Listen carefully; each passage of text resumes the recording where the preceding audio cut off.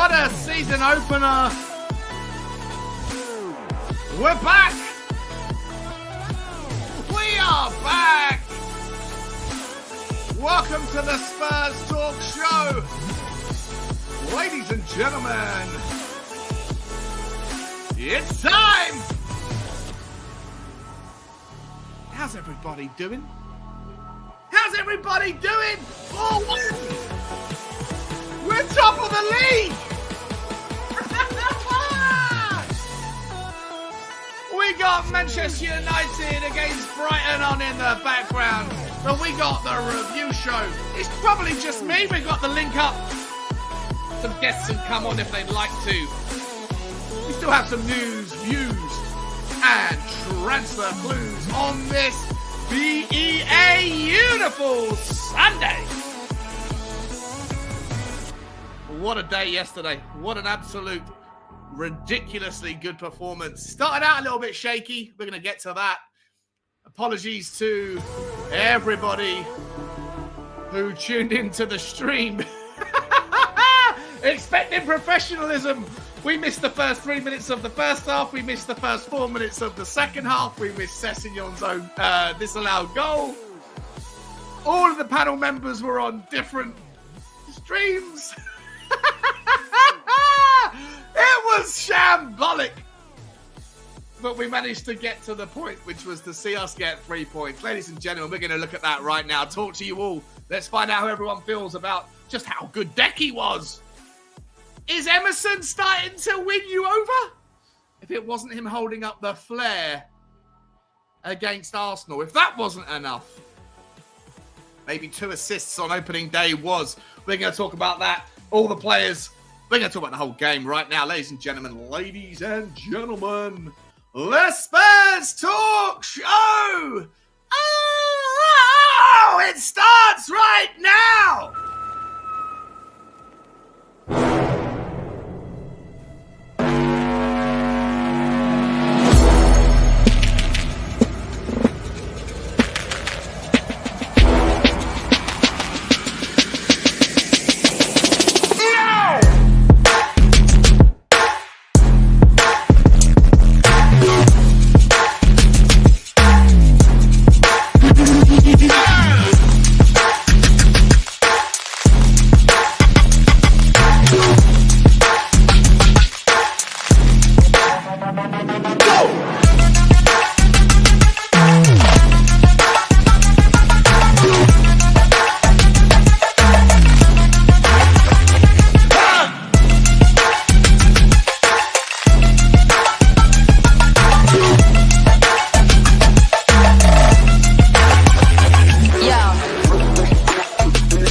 Lovely touch from him though. Harry Kane, Lucas Moura, can you do something, please?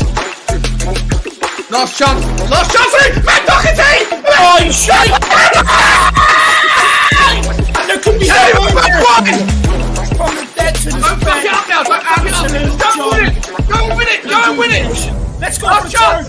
Stephen Bergwijn! Stephen Bergwijn's through! Win it, Stephen! Come on! Yes! He's won it! He's gonna win it! Oh my God! Oh my God! We did it!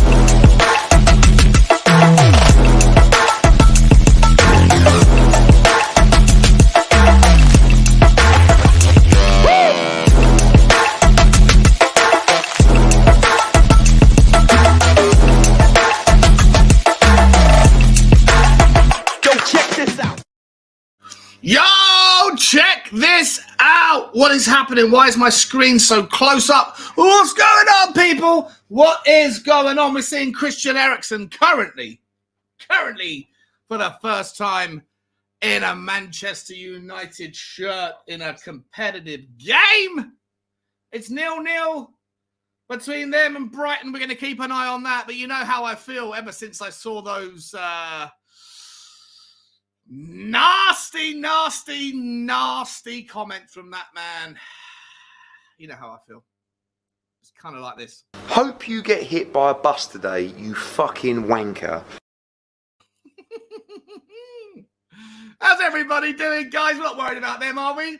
We're not worried about Manchester United. We're not worried about, excuse me, we're not worried about Arsenal, are we?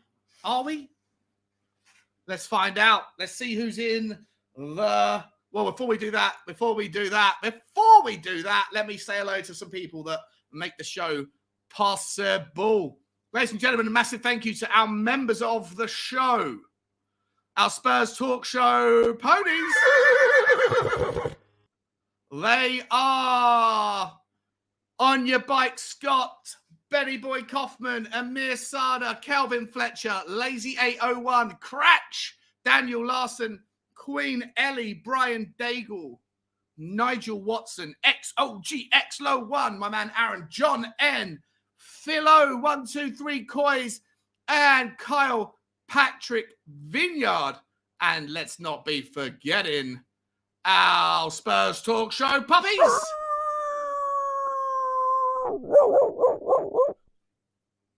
And they are, there's quite a lot of them. Let's find out who they are. They are Bobby K, Marlon Green, V12, Shy FX, DB, Catman Jess, Derek Smith, Georgiou, Moon Doggy Dog, Mark Cousins, Chris Agomba, Brains McLeod, Hollywood Hotspur, Andy James, 63, Wayne Bonner, the crispiest of all the crispy cockerels, Elliot Walsh, Jack Kanicki, Val Taylor, Talk and Ball, Brian Timlin, DMT85, R Green 216, Carl Simpson, Youngie Hong, Tom Marcannon, Stuart 727, Tottenham Josh, THFC Till I Die, that's the Dermatron, Tony Rodriguez, Carl Higgins, Cy Dancer, and Scott M.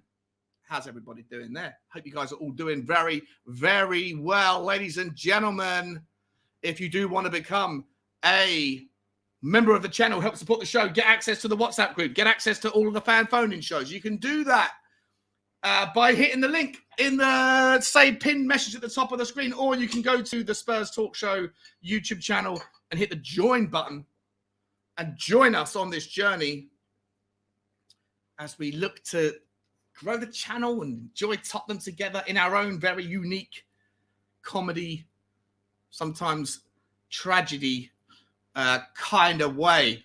Hope everyone's doing well. There's 30 of you in the house on this impromptu Sunday stream. It's 2:30. Let's have a look at the game. Man United. I don't know what's... There's a player down injured. I haven't been really watching it. It looks like Brighton have got a big player down injured. Is that Tony? I don't know who that is. Can't see it. Let's figure it out. But anyway, before we get to that, how's everybody doing in the comments? Let's find out who's here.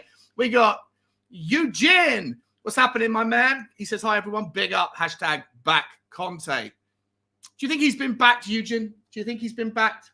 Are you happy with the window? Are you happy after yesterday? Maybe, just maybe, we need to be thinking, I don't know, after the Emerson performance, this is going to be one of those shows where I'm going to be talking to the guys in the audience, talking to the guys in the comments. So I'm going to be asking you guys to interact with yours truly, to let me know your thoughts. Ask me questions. I'm going to ask you questions back. Let's get a dialogue going or a trialogue going, because there's more than just two people in the dialogue. We're going to call it an omnigog, an omnilog, something like that. Whatever. Good to see you, Eugene. Wait, you said back Conte, hashtag back Conte? I think he's been fairly backed. So maybe you need to update your hashtag, my man. Hashtag your man. What is happening? Let's find out who else is here. Mick Hermaluck is in the house. What's happening? Good afternoon, Sean. How you doing? How you doing, buddy? Good to see you, Mick. Hope you're well, my man. As is Spurs Mad 68. Paul is in the house saying, good afternoon, Sean. Come on, you Spurs! Come on, you Spurs, indeed. A random Spurs fan is also here. Saying, yo, what's crack-a-lacking? We got the first of the members with numbers in their name, the audacious ones. R Green 216. What's happening, my man? He says, afternoon, Sean, and everyone in the chat. What is happening, buddy? Good to see you, my man. Good to see you. Carl Simpson's also here saying, big up, Sean. Great performance. And happy with the 3 points. As am I, my man. As am I. I don't know. I don't even know if there's really too much you can neg about the performance, Carl. You know what I mean? Like, is it one of those performances where, apart from we started a little bit sloppy, but you know, we had Ben Davies pinging shots on target that required great saves from the Irish goalkeeper. thought everyone played well yesterday afternoon. I thought it was one of those games that you just kind of go, fair bloody play. Because I didn't think that was necessarily going to happen when, like, the preseason I thought was okay. The preseason I thought was okay, Carl, you know? But yesterday was awesome. Yesterday looked really good. Paul's in the house as well, saying good afternoon, Sean, and everyone in the chat. What's happening? Paul, how you doing, my man? How are you doing? Chris Welsh is also here saying, what a day yesterday. Come on, you Spurs. It was indeed. Chris, were you at the game? Were you at the game, my man? I didn't get a chance to do it. I was busy botching a watch-along attempt. Corner to Brighton here. I might be a couple of minutes behind you if you're watching this one live. Mick Herbelock's in the house. What's happening, Mickey? Carl Simpson is saying, hey, Mick. Look, Eugene's saying that's usually how I do my watch-alongs. Yeah. Yeah, well, you know, it was one of those shit shows. One of those fucking shit shows. And it is what it is. It is what it is. I'm past the 10-minute mark now, so I can swear. Nigel Watching's in the house. What's happening? Nigel saying, hey, up, Sean and all. Man, you still look rank average at the moment. They do indeed. Chance for Brighton. Headed over the bar. Ooh. I'm on 28 minutes and 40 seconds, by the way, if you're watching that ever. Chris Welsh is saying best intro in the game. Appreciate that. Just wish I had best watch-alongs in the game, which I didn't yesterday. What is happening? Who else haven't I said hello to yet? John Fitzpatrick's in the house. What's happening, Johnny, my man from Ireland? How are you, bro? Good to see you, buddy. Good to see you. Sean, are the Irish Hotspur on tonight? I don't know, man. I don't know. Maybe. Possibly. You should join their WhatsApp group, mate. You should go and hit up Dave Harris on his email and join the WhatsApp group. That's when you'll find out when they go live. I don't know if they're live, my man. I asked him if he wanted to come on the stream with me, and he said he's watching the football. He's having a day off or an afternoon off. I don't know if he's not going to be available this afternoon, but not sure. Eddie Ryan's in the house, top of the league. We're having a laugh. Top of the league. Oh, Brighton have just scored. Oh, wow. Well, wait a minute. Let me just focus on this for a second. What happened there? Oh, Brighton win the ball back on the halfway line. They push it out towards the left-hand side. Who is that?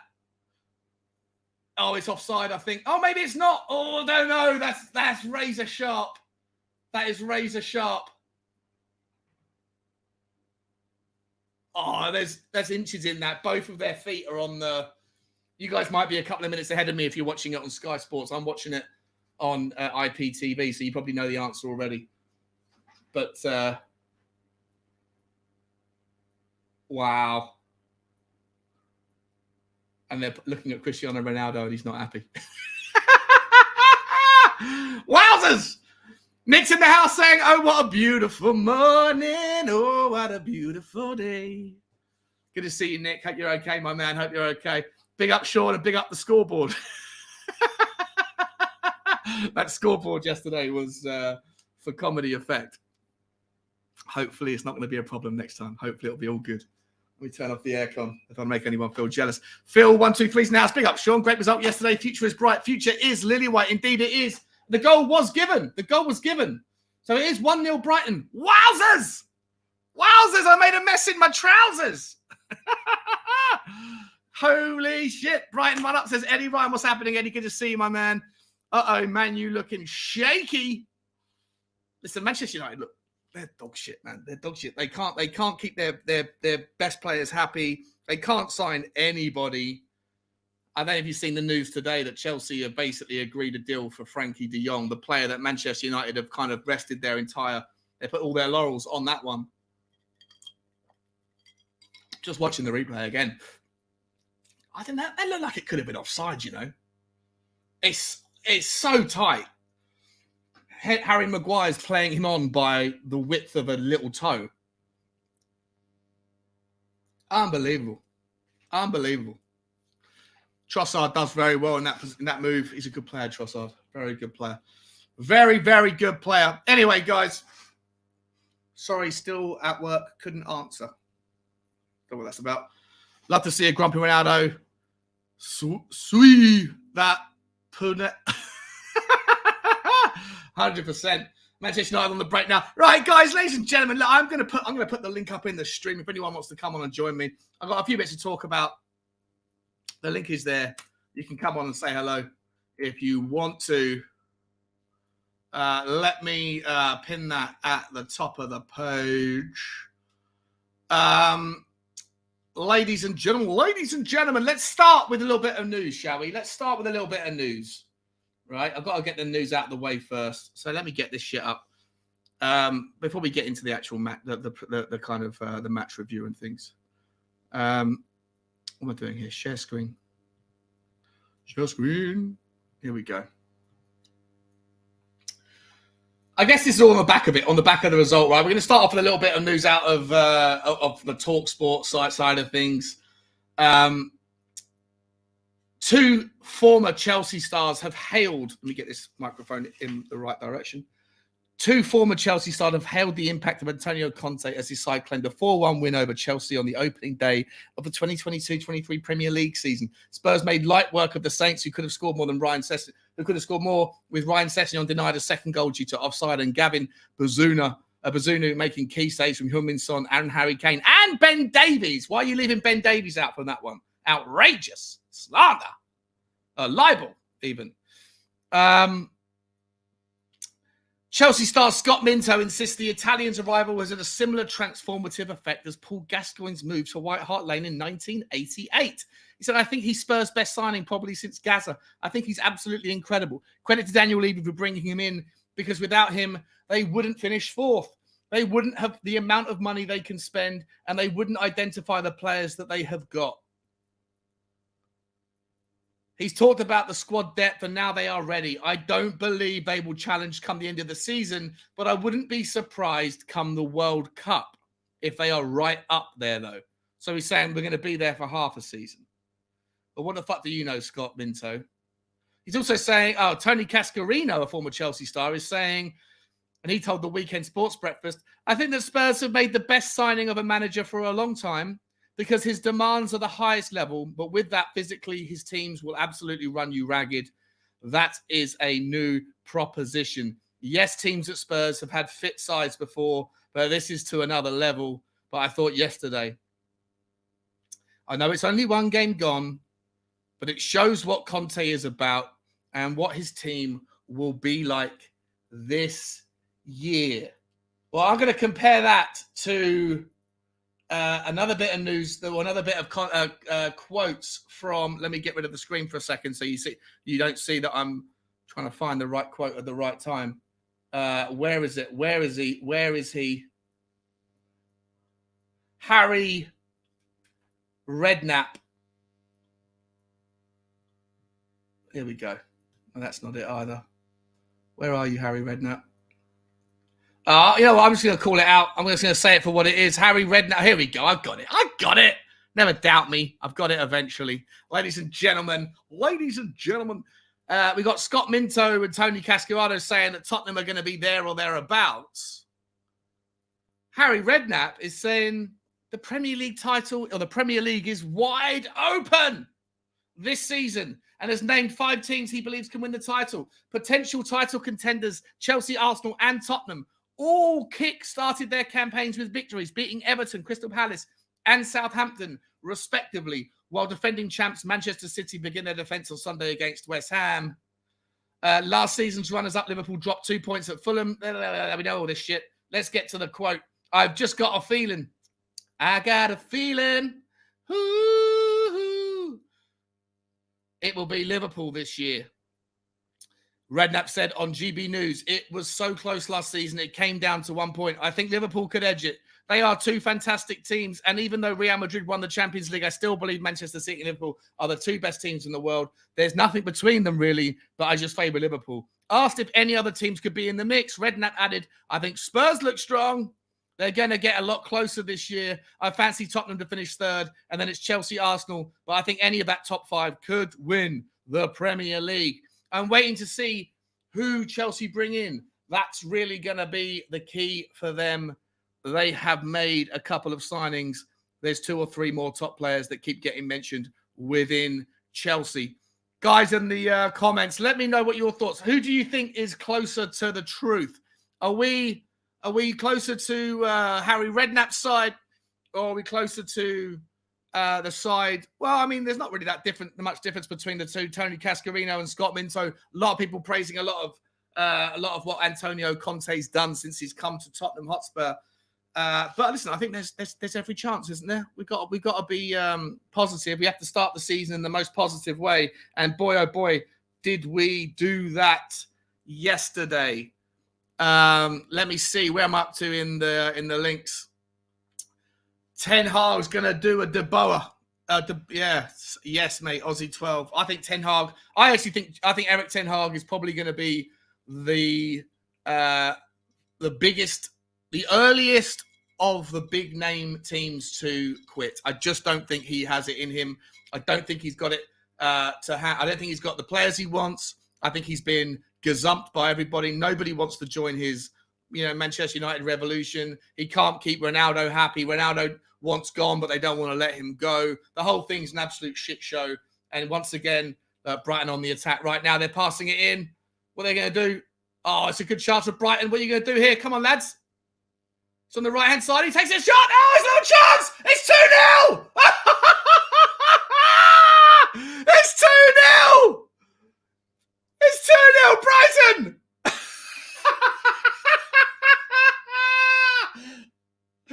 Oh, my God.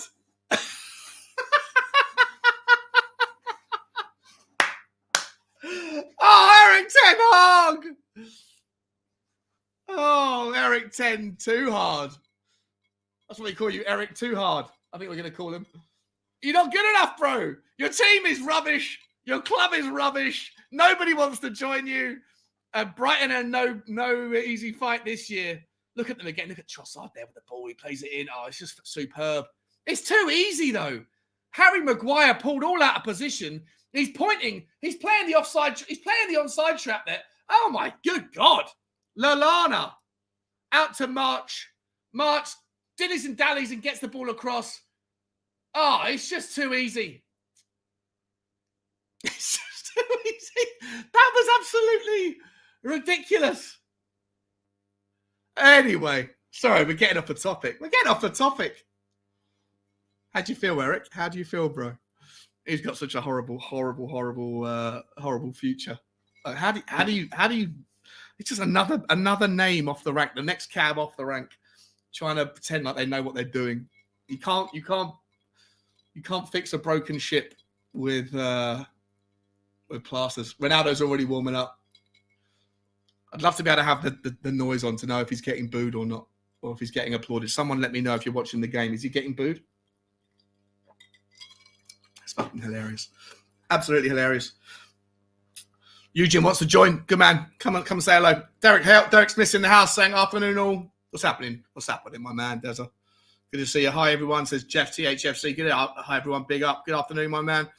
Wide open to Man City or Liverpool. I can see Spurs closing the gap to single digits. Nice. Eddie Ryan saying Brighton 2 up. Yep, Brighton with 2. Cooper, what's happening, Coops? How you doing, my man? How you doing, bro?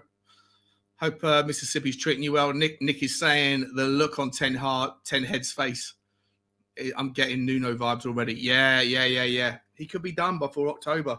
He doesn't have any, affiliation or affinity with the press. I'm not talking about the low press or the high press. I'm talking about the press, as in like the media. He doesn't like them. He doesn't understand the size of the job he's got. Here come Brighton again. This is an embarrassment. Absolute embarrassment. I'd love it if they get spanked 4-0. I'd absolutely love it. I really would. Although part of me would actually rather Frankie de Jong go there than go to Chelsea, because Chelsea are doing bits, guys, right? Chelsea have got, they started off the summer by getting gazumped by Barcelona for Rafinha, for Koundé. They lost out on Kimpembe. And it was all a bit of a laughing stock and a bit of like, you had to kind of have this, if you were honest, you had to say, like, what's this Chelsea, this new guy, Todd Bowler, doing? Does he actually have a strategy? And then bit by bit, they're starting to get things done. They got Raheem Sterling in, who, I know he wasn't spectacular yesterday, but I think he'll be a good player. They signed Cucurella. Now they're looking maybe at Kyle Walker-Peters. They're also maybe going to get Frankie de Jong. Maybe they're going to get Patrick Aubameyang, Emerick Aubameyang, who we all know about Aubameyang's got 20 goals in him in a season, and they got a lot of good players, right? So they're getting there. I think they still need a massive centre back to be secure, and I'm really glad that Tottenham are playing them on Saturday or Sunday rather than in a few weeks' time, because I think that Chelsea will get stronger as the Premier League transfer window comes to a close. I would rather Frankie de Jong go to Manchester United because de Jong is that good of a player, but in and of himself, he's not good enough to fix Manchester United's problems. But Chelsea with a de Jong in the team, who don't have the same gaps, who don't have the same issues in their 11, I think Frankie de Jong could be an extra piece of the jigsaw puzzle that just makes Chelsea a really formidable outfit this year. Anyway, Paul's saying it's a great weekend thus far. Thus far! It was really good, my man. It was really good. Let's, you never seen me so happy. You never seen me so happy. I'm a very happy guy. I've always been a glass half full guy.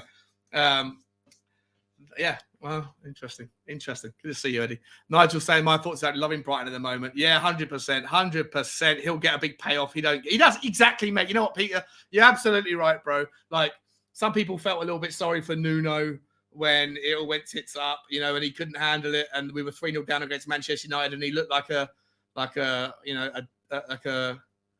fox caught in the headlights. Is that the phrase? But ultimately, the guy got paid 15 million quid for about a month's work. Man United got a chance here. Oh, it's been cleared off the line by Brighton. Well done. I need to get my team sheet up.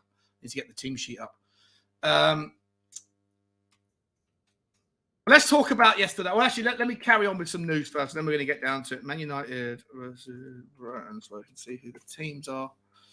Here we go. Let's get that over there. Let's get that out of the way. Oh, Danny Welbeck's playing. Is that who Okay.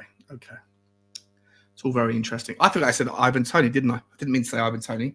I know he doesn't play for Brighton. That was a slip of the tongue.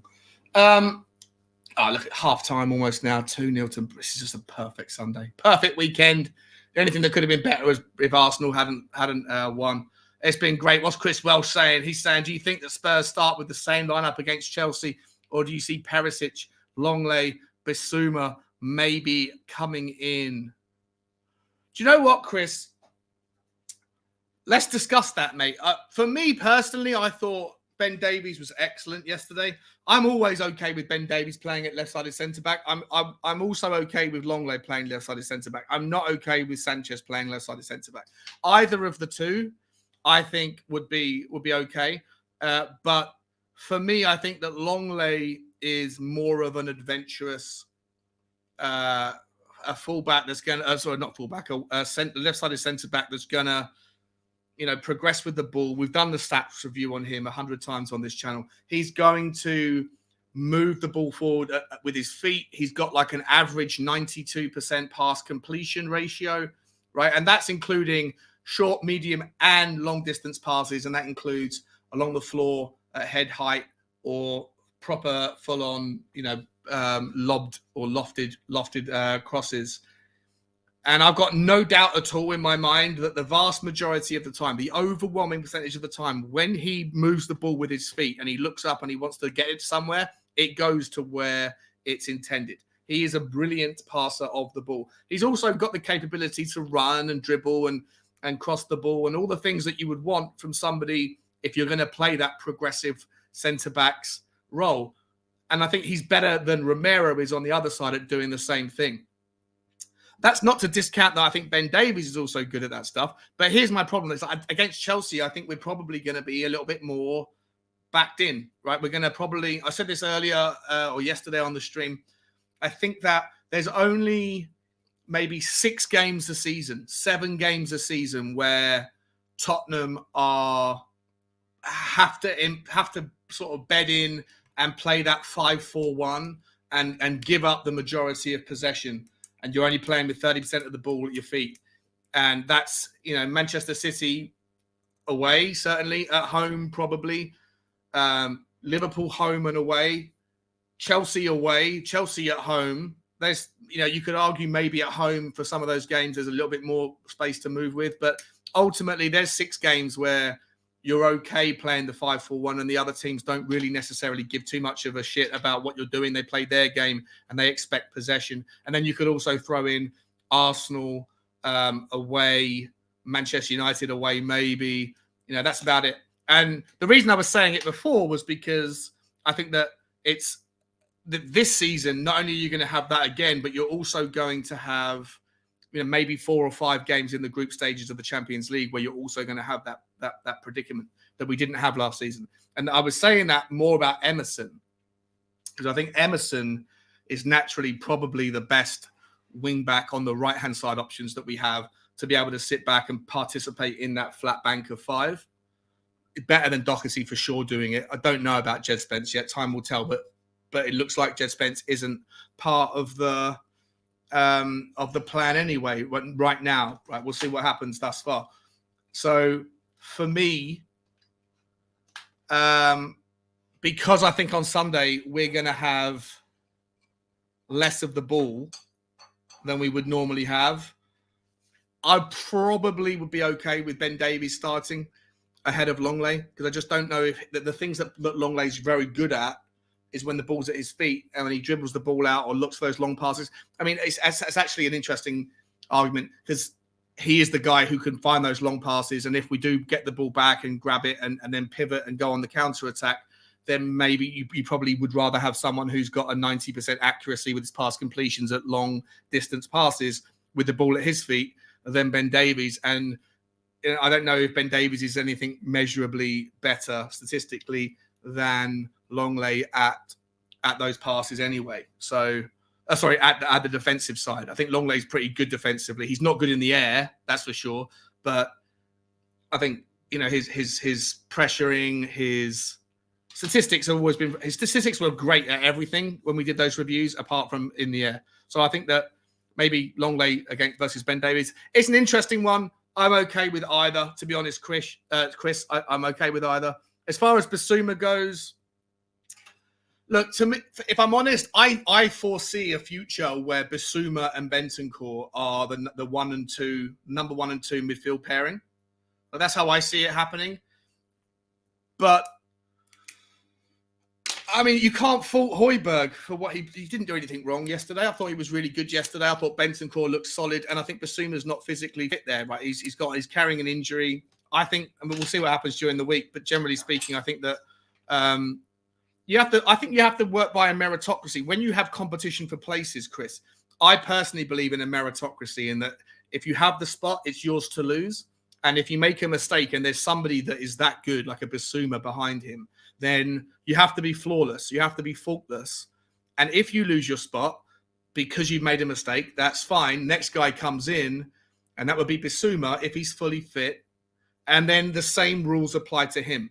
Is he going to be flawless? Is he going to be faultless? What does his chemistry look like with Bentancur? If he takes the right of the two or the forward of the two, how does he interact with Emerson? How does he interact with Kulusevski? How does he interact with Harry Kane and Sonny? And we don't know that stuff yet. For me, I would probably keep it as Højbjerg and Bentancur because I just think it's going to be a really tough game. And I don't think Basuma's had enough minutes playing with Tottenham. Unless Basuma, I'll trust Conte's decision, whatever he says, if I'm honest, Chris. But whatever he says is fine with me. But for me, I think that right now Højbjerg and Bentancur are good enough to carry on. Where did I get to? That was a while back. That was a long answer. I hope that answered your question, Chris. What do you think, mate? Do you agree? Do you agree? We've got someone in the background who wants to come and say hi. Let's find out how he's doing. Welcome to the show, Alex. How you doing, my man? Oh, your internet's fucked. Come back, Alex. Come log out and come back in again, my man. Come back and say hello. Adam Phillips saying Ten Hag failed to get our job based on his dull personality, only to lose out to Nuno. He's not just dull. He's arrogant. He's so arrogant with his dulcet, dire personality. It's actually quite incredible, Adam, mate. It's absolutely quite incredible. We got Nigel Watson. What's happening, Nigel? Saying Chelsea still very strong and adding. Yeah, 100%, mate. They are. You know what? I am really pleased, though, Nigel, that if they do sign Frankie de Jong, if they do sign Maddison, or if they get Fofana, all of these names that they're linked with, in an ideal world, at least we've got rid of them second. That they're not going to play. If they sign Frankie de Jong on Wednesday, they're not going to play him on Sunday, or I'd be surprised if they did. Frankie de Jong hasn't participated in Barcelona's preseason that much, as far as I'm aware, and the same, so for a few players. So I think it's really crucial that we get them out of the way early. If we can get a win out of Chelsea now, then I don't really give a fuck how strong they get after that, because they're going to be a problem for everybody else. We've only got to play them one more time this season. So, but take your point. Alex in the background. What's happening, Alex? How you doing, my man? Oh, yeah, I've got to be honest. Like I did a stream yesterday, in Portuguese stream yesterday. Yeah. And I saw it. Yeah, I was there, and I admit at the beginning I felt that this was a good. It was a strange. It was a different atmosphere to what I've experienced on the first game of the season. What was the atmosphere like? What do you mean? Well, expectation. I think that's what I felt. I felt optimism, expectation. Something could happen. Basically, I felt for the first game, I think you can't really look too much into it. Yeah. But I just feel that I think people are going over the top about certain players. I've got to be honest. I mean, one player I will say, I think, like I said, I think everybody knows who was the man of the match. I think it's quite obvious who was the man of the match. Kulu, right? Kulu. Yeah. 100%. I mean, I'm sticking to my point. Until Kane and Son are not playing and he's in the team, that's when we'll see whether he can step up even further with him in the team. So, but yesterday he was far and above the best player. The player that I just don't get it. I do not get it. Emerson. I do not get it. But I honestly do not get it. I understand that there's a lot of people that hate on Emerson. A load of people. You're not in a pool of one, mate. So don't think that you're the only guy who thinks that way. Cooper, for example, can't stand Emerson. But would you agree that people are saying that he played well yesterday? People said that he played well yesterday. I think he did play well yesterday. No, he was useless. He was absolutely useless. He got 2 assists. What more could you ask for? That's the problem when we're talking about assists. It glosses over the performance. The fact is, the assists that he made wasn't even that much of a great assist. He fluffed his limes, and then the guy made an own goal. And the fourth one was because of Kulusevski, because it was like the most simplest pass to make. So if you can't make that pass, you shouldn't even be a footballer. No, I get that, but you shouldn't even be a footballer. So why are you saying that he's playing very well? He was useless. And the thing is, though, the thing that made it even worse, Perisic comes on for 2 minutes.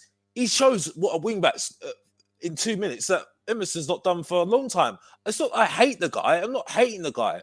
But when you're there watching it for yourself, how can you not lie to yourself and see what you're seeing?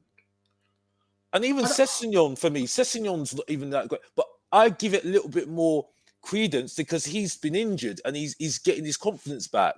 And I think he will get better. And he has shown some potential. Oh, don't show me stats, Sean. Don't show me stats because we're just going to go mad. Don't worry. No, hang on a second, mate. Hang on a second. Let's just call it as like. Let's just talk about it. I know you don't treat stats with any level of sincerity, but for people that are interested in the debate, let's just call it out, right? So he had two key passes that led to shots. His crossing was poor, right? He had three chances, didn't get anywhere. Although I think you could argue that the one of the crosses led to Harry Kane that had the shot. So I don't know if that's not considered a cross because I don't know what the rules are there. Long balls, 40% accuracy there. He himself had 2 shots off target, 1 blocked shot. His dribbling was good, wasn't it? When he ran forward for the goal that ultimately led to the own goal, right? The goal that he ended up, on the left side of the ball, and it put it in, and it was Salisu who scored the own goal. It wasn't just the cross, would you acknowledge at least that his ability to drive the ball forward? He had Højbjerg to his left. He had Kulusevski on his right. I think he probably chose wrong, giving it to Højbjerg. Højbjerg then put it out to Sonny, and he carried on his run. I don't know what else it is that we need to be. What were you critical of? Explain to me what you're critical of with Emerson's performance yesterday. Rather than if you don't want to say it was good, it was a calamity. It was a calamity, bruv. It was literally a calamity. The only reason why he was looking good is because of Kulusevski. He was making him look simple for him. When he was going backwards and then not going forwards. The attacks were getting shut down because of him. So, Sebastian wasn't that great, to be honest with you, at the start anyway. But I think, again, it's about his confidence. But it's more presence for me. He's not a wing-back. Some people say he's not a footballer. I think we're going a bit too far saying that. But, he is a footballer, yeah. Because he can make a pass, yeah. He can run, yeah. I think it's more collaborative when he's running. He's more panic when he's running. It's not like running with any sense or anything like that. It's just running just to run for sake. You know what I mean? Just run with the ball and just try his luck and that's it. But for me, like Southampton being that bad really summed it all up. Really, for me, I think Southampton basically gave up. And they were still making chances. That was what was confusing me. They were still getting through us. Yes, there were half chances, but they were still getting through us. So any better team out there. Now, I know it's the first game. Southampton aren't a bad team. Let's first of all call it as it is. Last season, for me, Alex, I always appreciate your opinion, right? So I'm happy to just, and it's awesome. Probably it's just the two of us having this ability to diagnose your view versus mine. For me, I don't know whether Emerson will ever be a world-class wing-back or a right-back or whatever, right? Maybe he won't be. There's plenty of people out there that share your general opinion that he isn't good enough and that we want someone better. I think probably the overwhelming majority, 19% plus of people still want Tottenham to go out and spend big on a sophisticated, intelligent, right wing back who doesn't need to learn how to do the things he can't do currently, right? And someone that's better than Doherty, someone that's better than Emerson, someone that, we don't know about Jed Spence. We just don't know what he's going to be like at the highest level. And hopefully he'll be a great player in 2-3 years' time. Or hopefully he'll have some moments this season, which gives us hope. But would you at least acknowledge that the Emerson Royal that we first saw last season was woeful? Right, we all agree he was poor as hell. He was bad going back. He was bad going forward.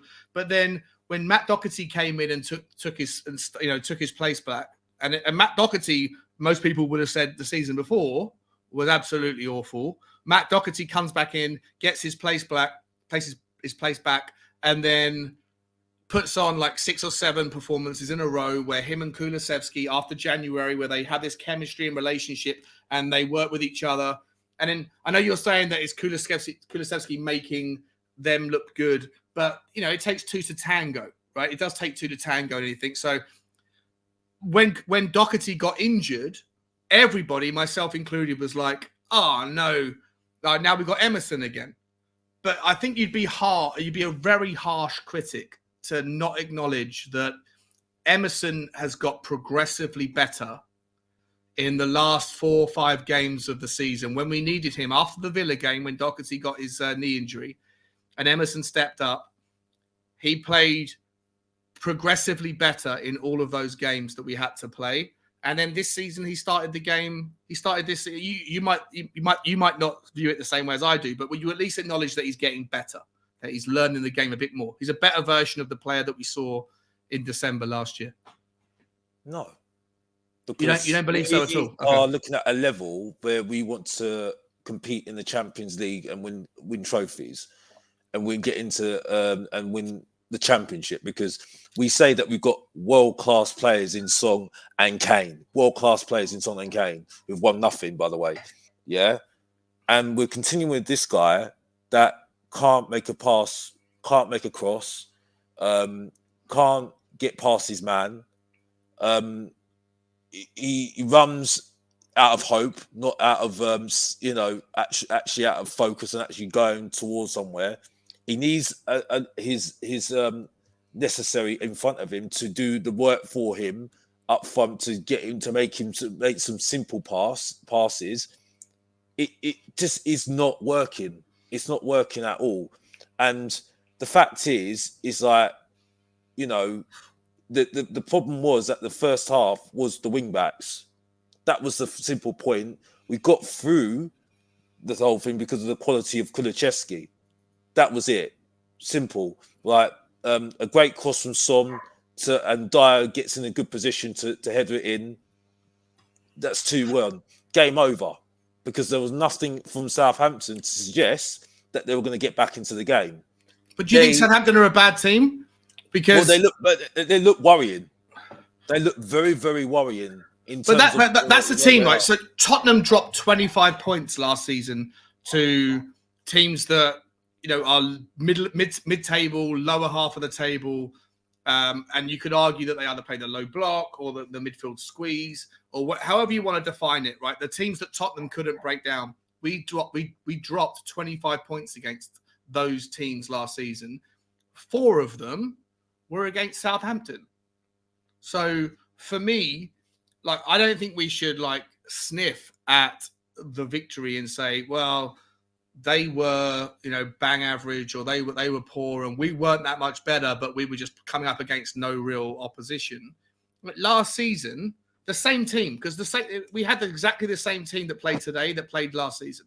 There was none of the new boys involved, right? So for me, to come up against the same team that we dropped 4 points against last season and to get 3 points immediately and do it so comfortably, to me, I think that that's something to celebrate, because it shows that we have, something's changed. And whether it's Conte coming in, I'm bringing in Aaron here. How you doing, Aaron? Good to see you, my man. Yo, how you doing? All good? Good to see you, man. Good to see you, bro. I've got you on too. Hold on, here we go. Hi, everyone. Hi, mate. Do you want that? You want that back? You want that green screen background, bro? It's yeah, I know. It's because my son's in the back, and you see him running around. So I've tried to. Mate. Yeah, all good, man. All good, my man. Mate, welcome back, man. Welcome back to the channel. I'll let you answer it first, and then I'll let Alex retort. My point was Southampton. Alex's take is Southampton weren't any. Let me get rid of this banner as well. It's terrible when you've only got 3 people on it. The point is that the point I'm trying to make is, I don't think we should sniff at 3 points against Southampton. Last season, that's 4 points. If we dropped 25 points last season, if we continue, that's 21 points we've only got to make back, or 22 points we've only got to make back. 21 points, whatever it is, right? For me, I thought that Tottenham looked really good, and I thought Emerson was a part of that. Whatever you say about Emerson as a player, I think yesterday, I don't agree with Alex. I think he played okay. What do you say, Aaron? I thought he was all right.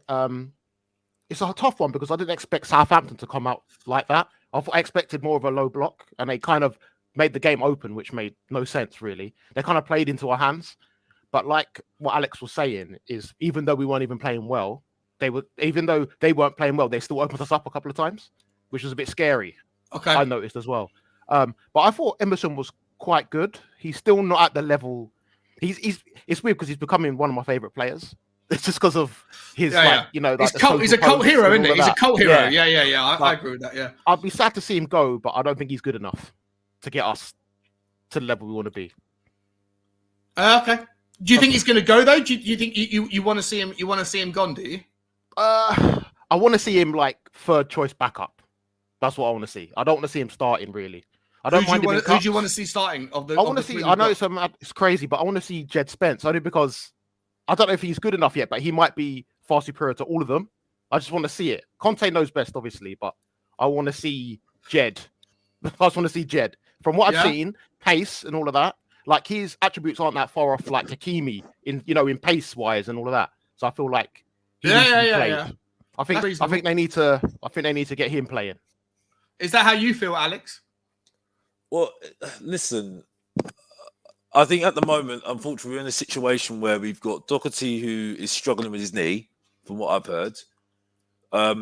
You've got Jed Spence, who needs time. I'm not expecting a lot from him. I've said why we got him, because he's homegrown, because we've got too many foreign players in the squad. That's why I'm saying that Emerson, for me, either Emerson and Doherty needs to go, because there's too many foreign players in the squad. I don't know how they're going to manage to have everyone in the Champions League squad. That's one thing. I know people get bored of it, but that's fact. Statements again from Mr. Botsford again. But anyway, but it's just like I said, I don't know. I really don't know. I think at the moment, by default, I think they're going to end up with Moira, and that sums up how bad it is. The situation is going. Moira is now going to be our wing back. Because what basis do you think that? When? Because like, I don't. You think Emerson should be dropped for Chelsea and Lucas Moura should play right wing back? I don't think Emerson should be here. If we really are looking at it, because I don't think. Listen, we've got too many foreign players in the squad still. So for me, at the moment, Emerson needs to go, because for me, he ain't getting into that Champions League squad. You can't have 3 wing backs. Or you can't have four wing backs now technically, because Moore is a wing back now. I've been told now, which is ridiculous. Really, we sold Birdvine, but anyway, moving on. We don't really need to go there, because I bantered everybody about that already. So but this is the point. It's like, what do we want? Because all I'm hearing from Tottenham fans is, "Oh, I just want a trophy. Oh, so I don't get bantered." Okay, if you just want a trophy, Carabao Cup, that's good for you. That's all good for you. Yeah, that's all good for you. But for me, I'm ambitious, yeah? I'm saying to you right now, when you've got Harry Kane and Son that have won nothing, and they've got Foden, who's won more trophies than him, yeah? Right? And I'm told they're world class. I'm sorry, it's an absolute travesty, yeah? Okay, well, let me ask you this. It's going into that argument. That's what I'm saying. It's going into that argument. I'm not saying that we're going to need to get a world class, because it's not FIFA, yeah? I'm not going to be that sort of person saying it's FIFA, but I need to see a little bit more, right? Where I'm seeing a little bit more potential, like Sessegnon at the moment, rather than seeing what Emerson's doing, where you like, it's a calamity. You know what I mean? I thought Sessegnon was brilliant yesterday. Sessegnon was brilliant yesterday. I'll be honest. I thought Sessegnon was really good, but at the same time, I don't understand. I can't figure out. And there's a lot of people that are with you, like people here, Alex, that are saying, I'm not a big Emerson fan either, but his assessment is hyperbolic. I'm not sure if you're saying that about the assessment of Emerson or assessment of Alex. I'm not sure. There's people that agree with you, man. Like, a lot of people don't like Emerson. I don't understand why we can't just like call a spade on an individual performance, and that yesterday his performance was the best we've seen of him in a. Well, I'm judging it on what I saw yesterday. I was there yesterday.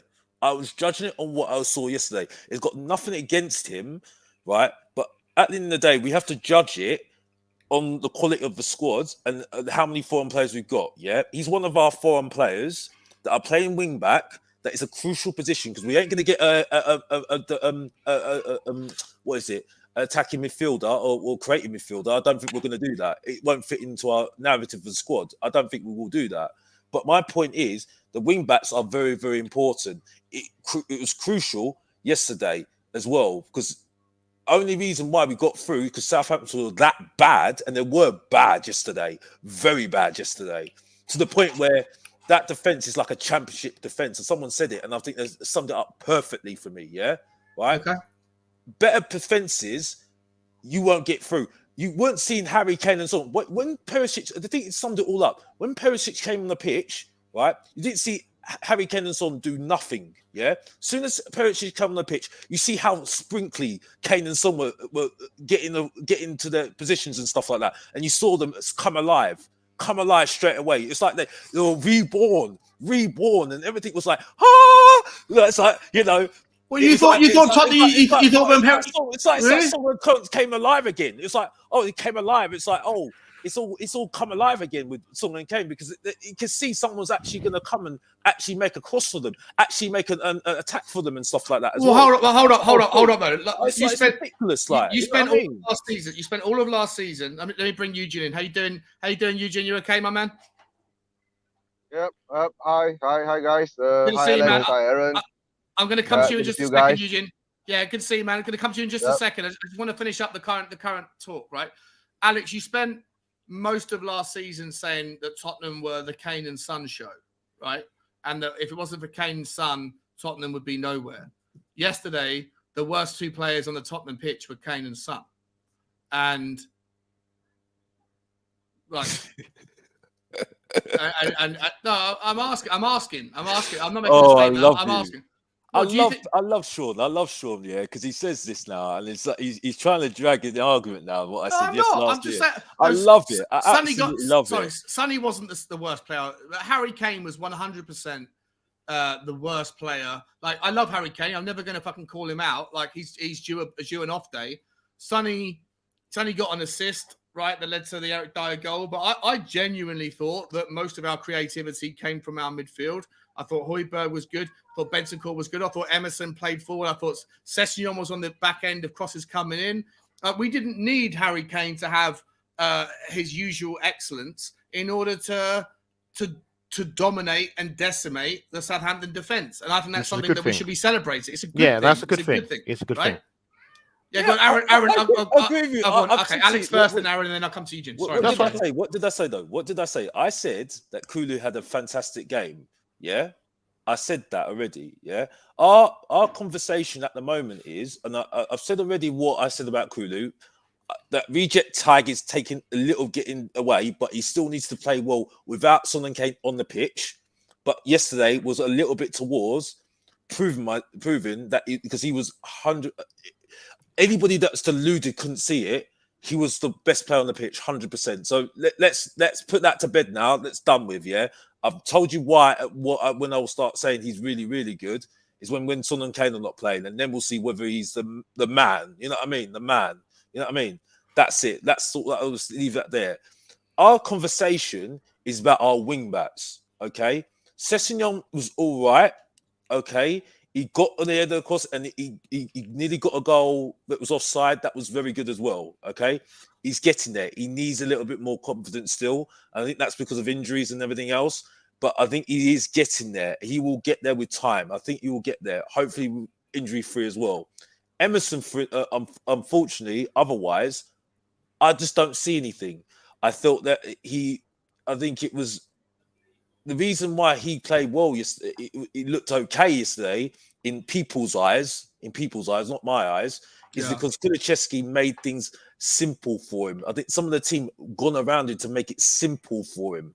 You see what I'm saying? And for me, attacks will get him broken down because of him. And I think this is the same Kulusevski that you were calling a reject, right? Yeah, well, I still say it. Yes, he is. Yeah, I still say it. But the point, but I did say, no, I've already put that to bed already, Sean. I've said that already. I know. I'm winding you up, bro. I know. Again, you have to listen to. You have to listen to Mr. Box Office. Yeah, you listen. I talk. And I make my statement. That's how it works, right? Okay. But the thing is, like I said, Emerson for me was not very good. Another thing as well, I need to bring up as well. Everybody's making a big deal about this centre midfield pairing. No. I'm sorry. It was all backwards, going forwards, not really clunky and everything else. We only done it because we counter-attacking football. I think, like I said, Southampton were that bad. You expected us to win that game, you know what I mean? And it was only in moments that we actually got through that game, I think. And Southampton were just so bad in defence, we got lucky in that sense, and also because of the brilliance of Kulusevski as well. So I think as a first game, I can't be too harsh, but I'm always going to be honest of what I've seen, and I'm sorry, but it wasn't. It was a victory. But I think the 4-1 flattered us in sense of not the whole team played really well. I've got to be honest. I think we played well in moments, and that was it. And that's my thoughts, and that's it. Right. Okay. And they still could have got through though, because people said that Dyer had a fantastic game.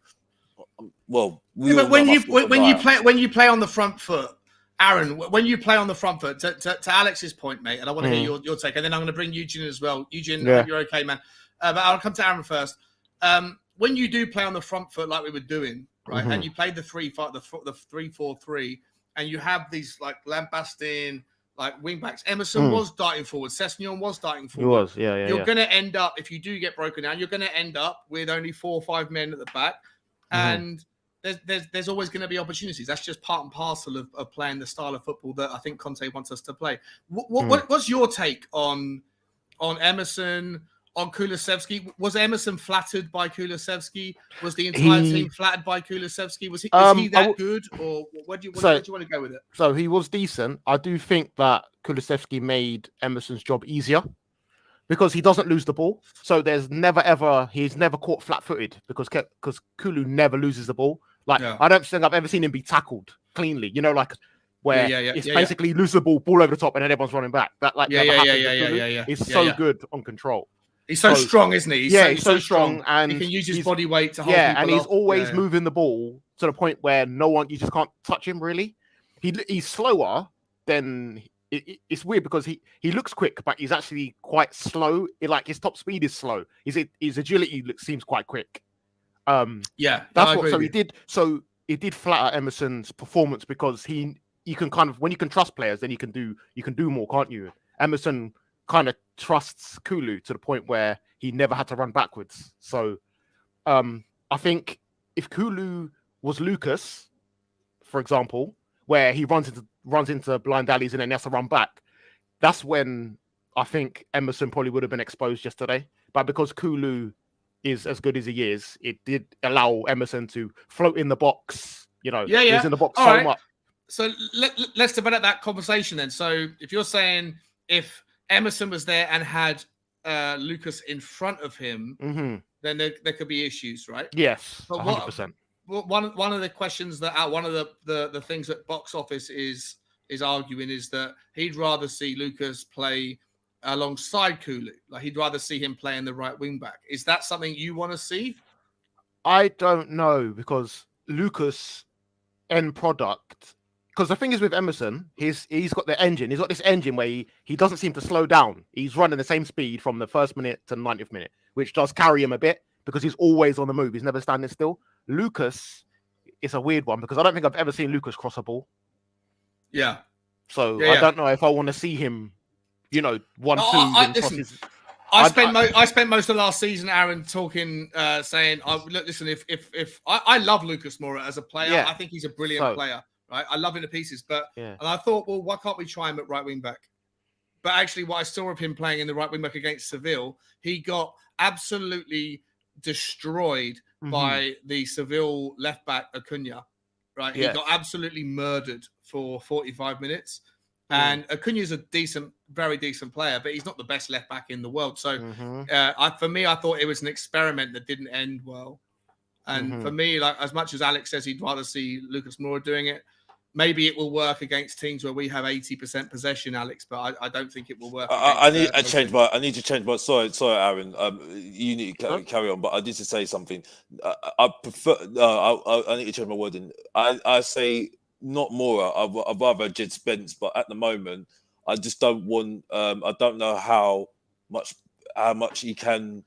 He will be good enough at the moment. I think he needs time. And it sounds like to me that Conte doesn't have that belief in him as much as what he has in the other two than Jed Spence, because what he said, which was very, very naughty, by the way, what he said about him, saying, it's a club signing. Yeah, he moved himself away from the signing. That is kind of cop out, you know what I mean? So I see there's a lot of potential there. It's just that I've seen a lot of highlights of him, but he's not very good on the ball and everything else. And if he has a bad couple of games, what the fans are like. You know what I mean? They'll that's the problem. I hear that. It's a difficult one though, because we never seem to throw our youngsters in the deep end. Only Tanganga has ever been thrown into the deep end, I think. Like Liverpool, bam, he's there. And then the more he plays with Tanganga, the worse he seems to get. It's like he's a brilliant, then he's good, then he's okay, then he's bad. I feel like Alexander Arnold from Liverpool. Wasn't he chucked into the deep end? Wasn't he chucked into the deep end because didn't Nathaniel Klein or someone like that get injured? Yeah. Then he was chucked into the deep end, weren't he? And then and he swam. I'm not happy about Tanganga leaving. I'm not happy about Tango leaving. But just like, for example, I don't know why we don't chuck our boys into the deep end, because Alexander-Arnold done it. Like, look at him now. He's like the best. Imagine if Klopp took the Conte approach on him. We wouldn't have seen him. It would have been someone else. They'd have brought someone else in. So I feel like some players need the deep end treatment, and I think Jed might be that guy. I just believe that he has the ego and stuff to be able to just be straight in. But when it comes to Lucas at right wing back, I would have loved to have seen Bergwijn. I think Lucas should have left, and I think Bergwijn would have been perfect for the right wing back role. He didn't want to play right. He didn't. Yeah, I know. But I feel like he said no. He said no. Yeah, I know. But now I feel like we're going to end up with probably Adama at right wing back. Well, that won't go away. It's not going away, and we are going to talk about that. There's some news out about that as well. Appreciate that, Aaron, and appreciate that, Alex. 1 second, mate. Let me bring in Eugene. What's happening, Eugene? How you doing, my buddy? What's your thoughts? Doing well. My thoughts is, guys, it's the first game of the season. We've won, right? Be happy about it, right? I know Southampton was shit, right? But the surprising thing is, right, when Kane and Son doesn't score, usually we don't score, right? Yesterday we had Sessignon scoring, Dyer scoring, right? And of course, Kulu was he I mean, come on, right? Like Alex says, right? He's the brilliant reject that we have at the moment, right? The brilliant reject in that game. So accept it, right? But what I can say is that we can still grow. We can still improve, right? What now I see is that Conte will identify the weaknesses. Unless he will see that, all right, Southampton was Southampton. We did concede first, okay? I mean, that goal came with such crappy defending. We all saw that, right? The ball was put down to the left, then the ball was kicked, and he bounced up the leg of, I can't remember, was it Dyer or was it, right? He lobbed over, who did he lob over? He lobbed over another defender, or was it, he lobbed over Højbjerg, and Ward-Prowse hit it onto the ground, and he bounced in. Come on. Yeah. Why wasn't someone marking Ward-Prowse? Right? You can make that argument. You can make the argument, but like I think that was one of those goals. So where what it was a brilliant finish. We need now is to improve. Yeah, we do need to improve on our defense. It's so clear. How do we improve? How do we improve, Eugene? Are you unhappy? Bring in Skriniar. Bring in Milenkovic. Right? Bring in someone who can do a better job. And instead of ball watching, mark the man. Right? So, but we won. That's the most important thing. And it was 4-1, right? The Bobby score, 4-1. I can't get my head around the like. I don't understand why anybody's unhappy with yesterday. Just for what it's worth, guys, Man United look like they just scored, or they're showing the replay. What's VAR the check now. there? VAR check it as a handball, surely. It's an own goal as well. But if there's surely in a handball there, McAllister looks like he's smashed it into his own net. And Man United are back in the game, but it does look like there's a handball there. But I don't know if that'll be very unfortunate to be given against Manchester United. So for me, I don't know. He's kind of done this. And guys, and don't forget, our own goal record is still going on. Right? Yeah. We're still getting own goals. Yeah, that's a good sign. Right? Even though it came from Emerson, I mean, whatever Emerson did, right? So, but we should be happy that we won. Honestly, guys, we should be happy. But of course, we should also look at the points that there are parts of the games that we could improve on, right? And let's see, we are playing Chelsea next week. That could be the real test. But for all you know, I watched Chelsea yesterday play Everton. They were a piece of shit. Yeah, Chelsea were rubbish yesterday. You know what? Eugene, I'm gonna let you answer this, and then I'm gonna move on to some of the news. Just whilst we're talking about Chelsea, I'll let you know what happens with the offside here, or the handball. It looks like the goal's been. I think the goal might have been given. I'm not entirely sure, but Chelsea did look rubbish, right? But Chelsea are also doing things. They're doing bits in the window, right? They started off this entire season, guys, with they were trying to get Jules Koundé, and he ended up at Barcelona. They tried to get Rafinha. He ended up at Barcelona. They tried to get Kimpembe. He ended up not going anywhere. Like they looked like a little bit embarrassed, a bit of an embarrassment. kind of like how Man United look right now. They were looking the same way, and then all of a sudden they got Sterling in, who I think is going to improve them, and then they've gone and signed Cucurella, and they've signed a few other players, and it looks like they're also going to sign Frankie de Jong. Is it the perfect time to play Chelsea, Eugen? Because they haven't got those players in. Are they going to play them on Sunday? Are they going to give them a time to learn the system? I think that Chelsea still are very short at centre back, and I'd rather play them early than play them later. What are your thoughts, Eugen? To tell the truth, right? When is ever a perfect time to play Chelsea, right? Based on our record against them. But of course now, with Conte at the helm and Chelsea being in their so-called disarray, right? Our own players have to turn up first, correct? If our players don't turn up and perform, Chelsea will do what the Chelsea does again to us. But the confidence is there for us to, of course, take it to Chelsea, right? At Stamford Bridge, right? We have not won there since, when was the last time we won there? I can't even remember. 2014 or something, a long time ago. Yeah.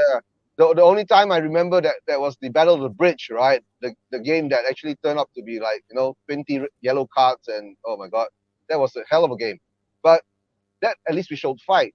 And after that, we've never showed fight, right? So let's hope now, with Conte at the helm, with these guys coming in, right? And you were saying, we were playing more or less the same team, right? From last season against Southampton. Of course, Southampton, we don't know. Come on, right? We know what happened in Southampton, right? Their form coming towards this season, they weren't brilliant either. They lost 4 of their last 5 matches or something like that. We won something like what? 4 of our last 5. We won 4 of our last 5 matches, something like that. But of course, we are bringing it into a new season, right? First game of the season. We are going to Chelsea, the hoodoo ground that we can't beat them, right? Yeah. If we go there and we do beat them, maybe we're making a statement by then, right? But of course, like I said before, the window has not closed, right? From that statement if we make, right, and if Conte feels that, right, we need a few more players to bring in to bring us to the next level, to actually challenge for something, then let's see what the owners are going to do, right? Or are we just going to sit back and hope that Jet Spence is going to work out okay, right? Clement Langley is going to work out okay, right? And Busuma is going to be okay, right? But what we've seen in Perisic can bring in something different, right? What we've seen in Busuma yesterday, he played like about what? Less than 10 minutes, if I'm not mistaken. Was it so? Yeah. And what can we see from that? Not much, right? So maybe they will see some switch-ups against Chelsea, right? But let's see how it goes. But in the end of the day, Conte knows what he's doing and knows what we need. And like I said, enjoy what we have now. It's just the first game of the season. A lot of teams have not settled down, right? Maybe we've settled down a bit better, and Southampton is Southampton. That's all I can say. Okay. Yeah, nice one, man. Nice take. We're going there and we're going to smash them. I think it's the best chance in many years. Aaron, I'll come to you first on this, my man. I think it's the best time, the best time in many years that the earliest. It's the perfect time to play them. If we were playing them in 4 weeks' time, they'd have a settled new team with all these new players that they're signing. They are obviously doing bits. Personally, I don't think their transfer strategy makes any sense. I think that they look a little bit wild. Todd Bowler's coming in and just trying to go, who's available? Who are our competitors trying to go after? Let's try and get these guys. Yeah, hijack and then see what happens. I don't think it makes much sense. And I also think that Thomas Tuchel is pretty predictable. I think he's a bit of a flat track bully and a one-trick pony, personally. What I want to bring up here is that Richarlison, and the reason I'm bringing it up for a reason, he sends out a message right after the game. He said, "Good job, lads." He's going to be available, right? He wasn't available, Aaron, for the game against Southampton. And also, look, there's more news out right now about Zaniolo. I think we had our first bid rejected, but as far as I can see this morning, we've gone in with an improved offer. I won't bother reading it all out, but essentially, the Zaniolo links won't go away. Neither will the other links go away. I'll come back to the rest of that stuff in a minute. Aaron, Do you think that, are you worried about Chelsea? And do you think Yes. that Richarlison's going to play a part in that game? He's going to be available for the first time. Do you think he's necessary? How do you see him fitting in?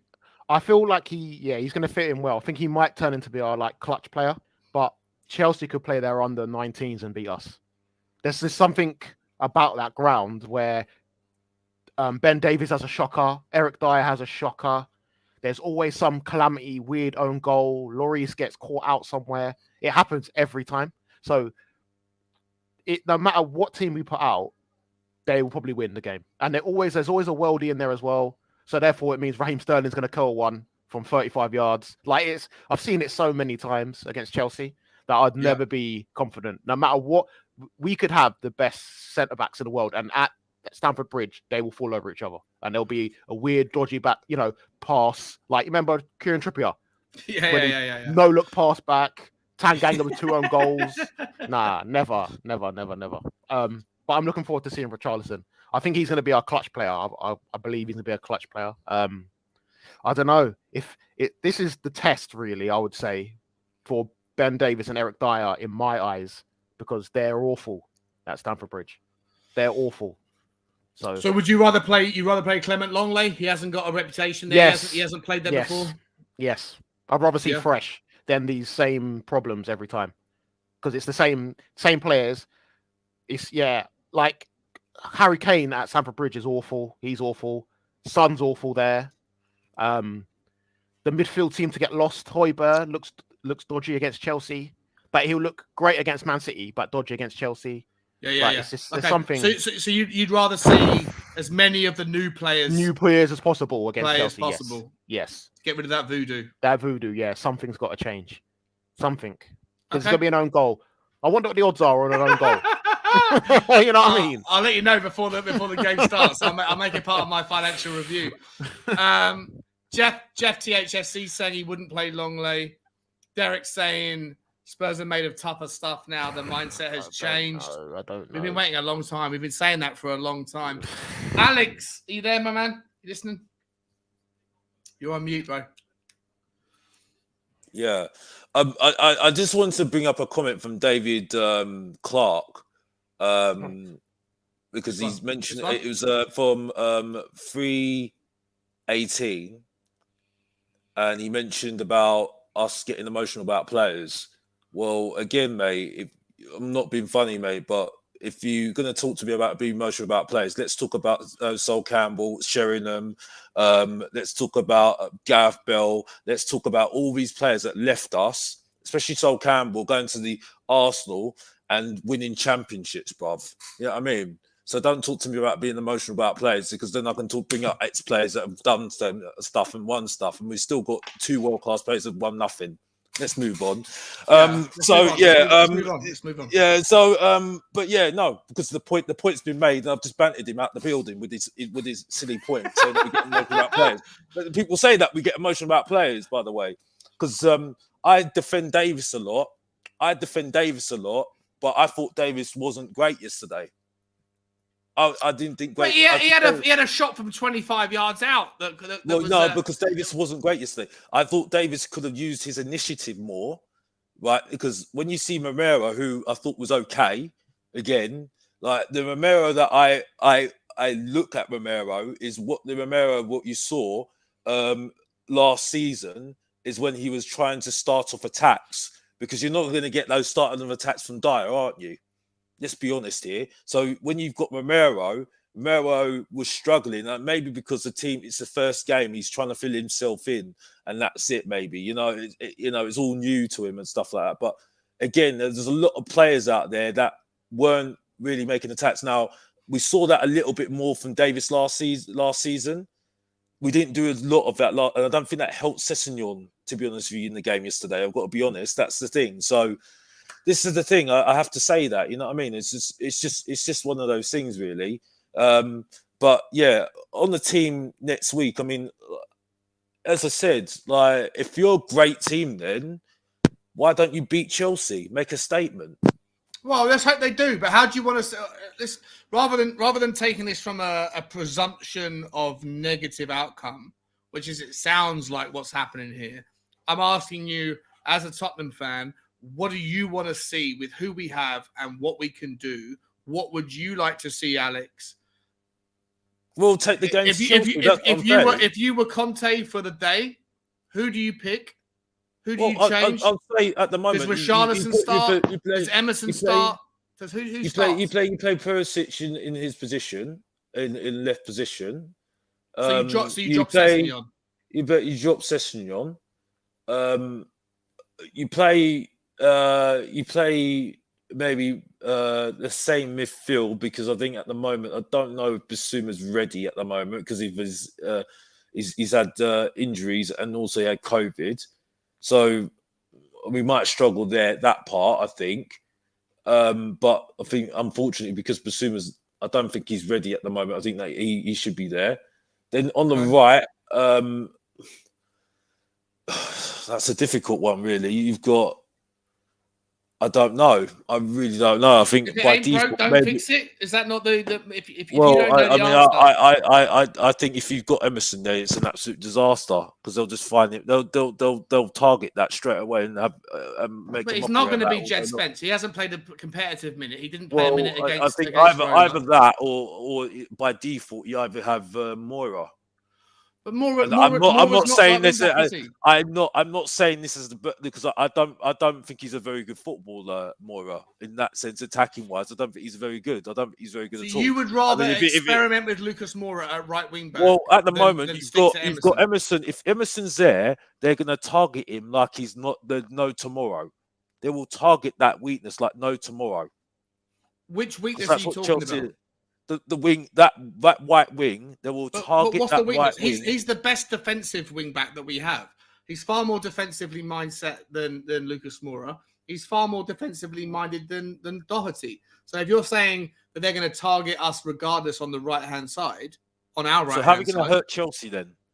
How are we going to help Chelsea then?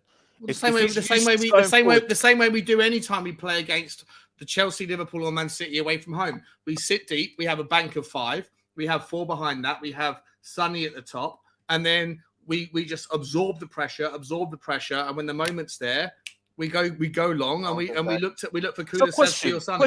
Question to that: how did that work out last season, bro? Against Chelsea, not very well. Against Chelsea, not very well. But it worked out well. It worked out well against Liverpool. How did it work out the season before, after that, bro? Yeah, against Chelsea, never very well. It didn't work very well, didn't it? No, it doesn't. So this is the point. But it does work out well against Manchester City. This is the point I make because Eugene so happens says that we need to be happy at the moment, which I completely ignore because you know what I mean, it's called an opinion and people need to get over it.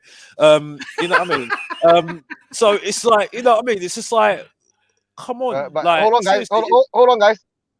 I've got to go. I've reached home. Okay, Eugene. I settle all my things. Yeah. When I settle all my things and all that, if you guys are still on, I'll jump back on. All right, Sean? Okay, yeah, no worries, mate. Cheers, bro. See you, mate. See you soon. Bye-bye. Bye. Well, so Eugene hasn't got the chance to respond, but let me respond to you. Look, yes, Chelsea away has been a fucking disaster. It has been a fucking disaster. But Liverpool away, Manchester City away, if we think of those 3 teams as the best teams in football in the UK, and we have to, you know, try and enable them to come at us and look to utilize their weaknesses. Chance for Man United, by the way, it's broken down. 83 minutes on the clock, only 7 minutes to go. Hope Man United lose this one. But to me, Alex, well, let me come to Aaron. Let me ask Aaron, like, what is the solution? Like, Alex thinks that you can't treat Chelsea like you can treat Liverpool or Manchester City. Is that what you're saying, Alex? No, I'm saying to you is that at the moment, I'm saying that if you want to, yeah, it's fine to be defensive, but you need to have something on the attack. You can't rely on just Harry Kane and Son and Kulusevski to start the attacks for you, because you all know that Chelsea will just eat that up all day long, whether they've not got the great defense or not. Like Thomas Tuchel, yeah, I do agree with you a little bit. It might be a bit of a one-dimensional thing about him, but at the same time, they're not silly. They're not silly. They know exactly how to stop Kane. They know exactly how to stop Son. And I think they'll know how to stop Kulusevski as well. So, you know what I mean? It's just like, for me... what's the part... Okay, so you're worried. I hear you're worried, but what's the pathway in your mind to a better result than a loss against Chelsea? Better wing backs. Yeah, Better but wing back play. we have what we have. We have what we have. So you're saying put Lucas Moura in, who's a player you don't like anyway. You're saying Well, put either him Jed in. Spence or Jed Spence or But you don't know how good Jed Spence is against that level. I think what Aaron says is spot on. What he says, maybe you should just go and just give him a chance, and that's it. Against maybe. Chelsea, I think you give him a chance. I think you give him a chance in the second round of the Carabao Cup or the third round. At the moment, you've got Doherty, who's got problems with his knee still, so I wouldn't put him in. Emerson, who's not worth really the time or day, as far as I'm concerned, and then you've got Moira, who works hard, but no. Yeah, look, Lucas Moura is untested, unproven at right wing back. He had one game and he was bantered. To use your words, he was bantered by Acuna at Seville. He was absolutely bantered by him. So you got to rule him out. Yeah, it didn't work. It didn't work, right? So then you have Doherty, who's got knee problems, so you can't play him. Then you have the choice of playing against Chelsea, one of the best teams in the world on the width. You're going to have on their right-hand side, I don't know, Azpilicueta is going to be coming against him if he's going to be playing, or whoever else is going to be playing. Like for me, you don't throw Jed Spence in at the deep end against Chelsea. You throw him in against the deep end, maybe against Nottingham Forest. You do that maybe against Wolves if you want to take that approach. But you don't do that against, like you're throwing him to the Wolves. So for me, you only have one option, and that is Emerson. And I don't think Emerson deserves to be dropped. I don't understand what I think Emerson. I think he had a good game. He's not perfect, but he's getting better. He's still got many flaws, many weaknesses, but he's getting better week in, week out. And until there is relevant and relative competition, I think he has to be number one choice at the right wing back. And against we've got 6 players in already, bro. Yeah, and you're talking that we need to get more players in the building already. The guy's had 6 players already. Yeah, but he hasn't improved. He hasn't improved in the right wing back spot. Well, this is the point I made. So, I mean, if you've got 6 players in the building and you still haven't improved the spot that you make a big deal about, there is an issue here, isn't it? There is an issue here. So, like, this is my point. Like, okay, put Emerson there, that's fine. But if he's the weak link, which he was the weak link against Southampton, who was bang average yesterday. Who was the weak link? Well, he was the weak link yesterday. Let's be honest here. Emerson? Emerson was the weak link yesterday. 100%. 100% was the worst player on the pitch was Harry Kane yesterday. But he was a weak link on the wings, and that's where we focus on. Yeah, right. If we're gonna go on about him being a weak link, he was weaker than Sessegnon. Yeah. But if we're talking, I don't think either of them were weak. But the point I make, okay, we can go on about Harry Kane and Son not being anonymous. That's fine. But I made my point already. It started to come alive. I started to shout and do the sign saying that they came alive when Perisic came on. Look what happened there. So that addresses why they weren't playing very well. You see what I'm saying? So what I'm saying is, if you're going to play Emerson there, that's fine. But look at Chelsea when they start targeting him and saying, oh, look at that. That's a weak spot there. If we stop it, because he's not really a good wing back, he's not going to get past Acqueta, isn't it? Or whoever's on the left wing, right? If he's there, they're going to target him and make the most of it and try and get attacks through that right hand channel, 110%, because that's what Chelsea do. But they have to target somebody. I would rather they target. They'll stop Kane from playing, right? They'll stop Son from making those run-ins behind. The only other player that they need to worry about is Kulusevski, who they don't really know about. And I tell you now, Tuchel's doing his homework on him 100%, 110%. So your prediction that we're going to get smashed? We're going to get bantered by Chelsea? No, I'm not saying that. I'm just saying. No, I'm asking you. I don't know because I don't know what Chelsea are all about at the moment. Because for me, at the moment, it looks very unusual at the moment with Chelsea. Yeah, but if you're telling me that they are not doing well at the moment, Chelsea, it look very unusual. It's a great time to really go at them and say, okay, let's make a statement here. It's a bit early because I still stick by my point that I'm not making any conclusion about Tottenham until after the World Cup. But my point is that you can't tell me you can't give them an opportunity to you haven't got opportunity to make a statement against Chelsea.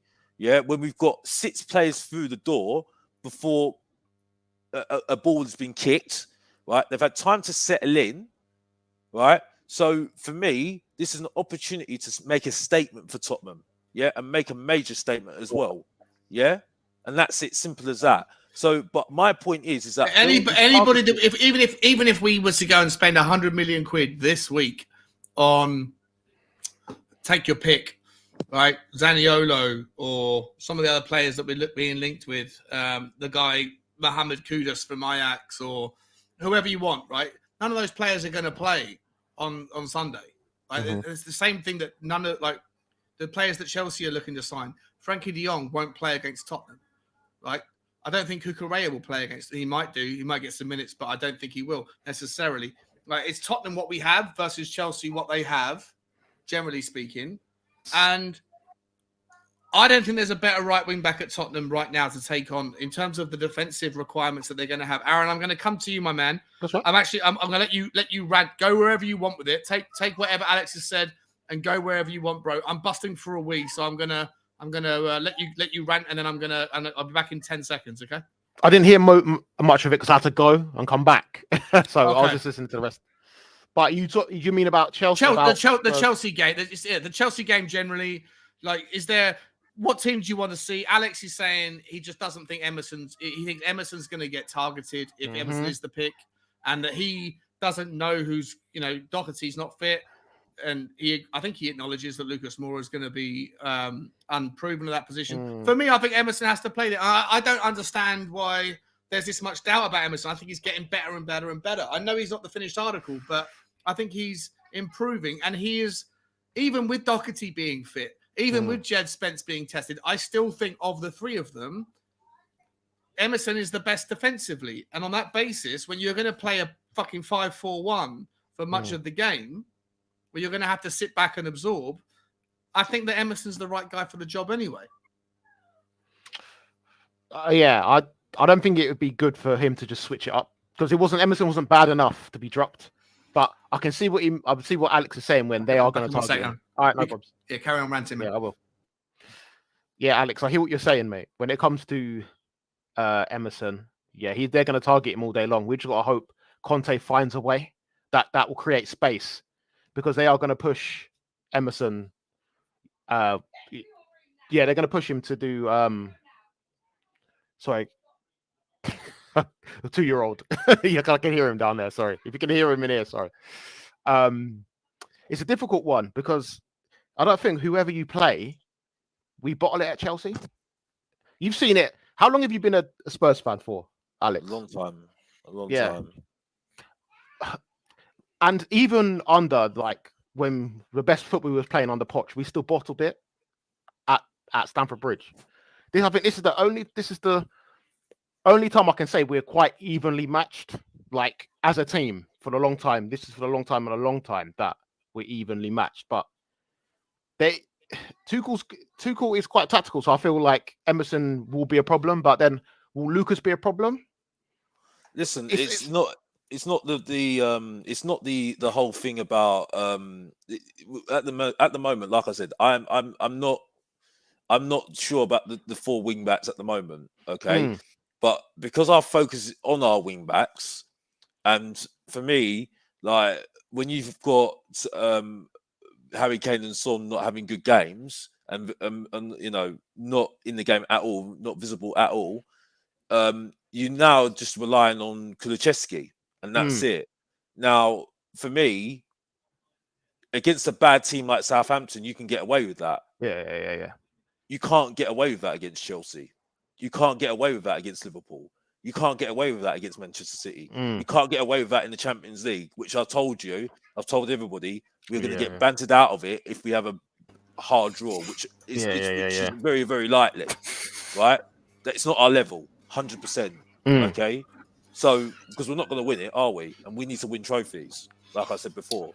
So it's not a case of, because I'm not playing FIFA here, that people can improve. But unfortunately, for foreign players that we have, there is going to be there is a bit of a harsh critic now because of the amount of foreign players we have already in the squad. You have to have a hard judgment and say, are they going to improve enough to become the player that we need them to be? And with Emerson, you have to say a resounding no. It's not. It's not going to happen. The only other player that I think has saved himself a little bit has been Doherty, but I understand that the knee problems, he still has that knee problem and he still has time to recover. So it will might take time. And then you've just left with Moira, who he wants to make a right wing back, who I would never want him as a right wing back because I think he's got no end product whatsoever. Yeah. I don't know who's worse, Toure or him, to be honest with you. And then you got Jed Spence, who I'm rooting for. I am definitely rooting for, and it's a benefit to us if he does do well. Yes, but there's an element of caution to it in saying, can he really follow it through? I don't know. I really don't know, and I think that's where I've got to be very, very careful in what I'm saying at the end of the day regarding Spence, and that's it. All right. Let me ask this, Alex. Right, you mentioned about winning trophies. I got to like just twist the conversation because I haven't heard your opinion on this. Right, and Aaron, I don't know if you were just distracted. Then I don't know if you've got to jump. Is your baby okay? Your girl okay? Yeah, that's all good. It's all good. Okay. It just keeps running back and forth like this. That's why I love it. Like this. No, it's superb, man. Yeah. I love a family, man. I got to ask you guys this. I haven't heard your opinions about this on the air, right? Like, and obviously, there's been a lot of back and forth on various channels about the importance of a trophy this year. I obviously understand, recognize, and appreciate how important a trophy is. For what it's worth, guys, just let me pause on my take. Man United have just been fucking smashed on their home debut. 2-1. This is 2-1, did it? Man United's poor form continues. Oh, look, Ten Hag's giving the round of applause to his guys, to the audience. Get yourself in the background, mate. You're a fucking loser. Trophies. Right? How do you feel about trophies? I've always said, and it's been misrepresented 1,000 times. Literally, what I said was something completely different about how it's been represented, which really pisses me off. But it is what it is. People will be what they will be. All I've ever said is that I acknowledge trophies are important. I know it's the trophies are what success looks like, and I notice how relevant they are. But I don't necessarily think that not winning a trophy, and I'll stand by this, not winning a trophy doesn't necessarily mean that you failed. I think it's too binary of a mindset. If you're not hot, it doesn't mean that you're cold. And I think that Tottenham haven't necessarily failed in any year where they haven't won a trophy. I don't think that last season was a failure. I don't think that the year we got to the Champions League final was a failure. I don't think the year that we became second and we got beaten by Leicester or whatever it was. I don't think that those seasons were failures. I think they were part of the opposite to success is not failure. Yeah. The opposite to success is progress, right? Like you learn from your mistakes and you move forward. For me, I don't think that if we were to run whoever it will be, Manchester City, all the way in the Premier League this season, if we were to get to second place, then whatever happens in the cups, I don't think it's necessarily a failure. People that think if you don't win a trophy, you have failed. I think it's too narrow a viewpoint on what you're looking for from a club like Tottenham when you factor in all the other variables. Aaron, to you, I'm not. If you say that a trophy is imperative, I'll listen. We're running out of space to keep progressing without winning a trophy. Yeah. I understand how important a trophy is. I want a trophy, but if we don't win a trophy, does that necessarily mean that this season has been a failure?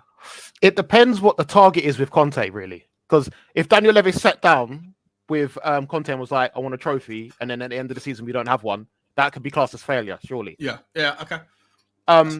Also, it's difficult because we pay winning side fees for going to watch Spurs play, for example, Because, for example, Brighton don't win anything. There's 15 teams that don't win nothing in the Premier League, but we pay more than all of them. So I'm thinking, why do we pay all of this to not see any success? Depending on what you call success, though. Yeah, depends on what you call, because Well, finishing third. I'm not. I think success is easy to quantify. You've been successful if you've won a trophy, right? What I've always challenged is what does failure look like? That's all I've ever challenged, right? I've taken a lot of fucking heat. It's been ridiculous how much heat I've taken over this opinion, but like it gets misrepresented all the fucking time to the point where I'm screaming out, going, "That's not what I've said. That's never what I've said." No, I've seen it. You've seen it, I know, right? Yeah. So, and hi, Dave. How you doing, my man? You good? All right, lads. For me, it's not about like success is trophies. Success is winning leagues. Success is getting to the like lifting silverware and going on doing things. But for me, failure and not winning a trophy are not interchangeable. I think that there's context, there's variables and stuff, and that's what I want to figure out how everyone feels about that. Sean, can I ask you a question? Would you class Daniel Levy as a successful chairman? Yes. So that's difficult for me because like you can go either way. For example, at one point we was on the same level as Everton, and we've left them, but we still haven't reached the promised land. So I don't know if we're. But the only clubs that have ever won a trophy, right? I know the percentage. I know. But not just percentage. But there's only 5 teams that have ever won that have won 90%. 3 of them have always been bigger clubs than Tottenham, and the other 2 are sugar daddy clubs. So I think Tottenham are about where we should be. Yeah. Okay. Say so the big boy clubs. You say Man City's, the Man Uniteds and all them lot, yeah. If Man City had finished second every time they'd won the league and never won the FA Cup or the Carling Cup, but still finished second, would you class them as a big club? Yeah. But they say this whole time they haven't won anything, but they finished second. Yeah. They lose. They've lost every final. Yeah, I'd still consider them a threat. You still consider them as the. Yeah, I would. Yeah. Would you? Do you class them bigger because they have won the Premier League, or would you put them on the same level? All the Premier Leagues they've won, they've just come second in. What constitutes a big club for me? There's more to it than just success. It's your size, your fan base. The fact that Manchester City can't, we talk about season ticket prices, right? You were mentioning the price. You said yourself the price of the season ticket. I'll let Dave come in because I know you've only got half an hour, Dave. So I'm going to say my piece and let Dave come in as well. But you mentioned the price. If you're paying top whack for a price to watch the game, you should be seeing successful teams. On that basis, Manchester City should have the most expensive tickets in world football, right? But they don't. You know why they don't? Because no one wants to go fucking watch them. Because they've got a supporter base that is tiny, right? They don't. It's just a fact. Manchester City get to the semi-final of the Champions League, and you can get tickets on the door on the night to go and watch them against Real Madrid, right? In the quarterfinals last season. It's just the reality. Tottenham can afford to charge what they charge for a ticket, not because we're the best team in the world, not because we're the worst team in the world, but because Tottenham fans want to go and watch Tottenham play. We have an 85,000 seater waiting list. It's economics. It's not heartfelt focusing on how big a team Tottenham is. It's how much do people want to watch Tottenham. That's what demands it. The reason why Manchester City have lower season tickets than Bournemouth is because more people want to watch Bournemouth in Bournemouth than want to watch Manchester City in Manchester. It's just a reality. It's economics. It's nothing else, right? It's just nothing else. So, we can make the argument about all the individual things all day long. But listen, I've only got Dave for half an hour, so I want to bring him into the conversation. Dave, what constitutes success for you, my man? I'll be honest. For me, it is trophies. I can fully take into account your argument, Sean. I fully understand what you're putting forward. And look, for me, it was always about trophies. Even before all the money came in, the whole idea is about how you can get to that point of lifting the honors. So for me, I do. And if you ask most players, they will tell you that a lot of them nowadays it's changed a little bit. Some of them are in it for the money and stuff like that. But a lot of them, the best players in the world, you ask them, they want the trophies, they want the glory. Look, I can understand.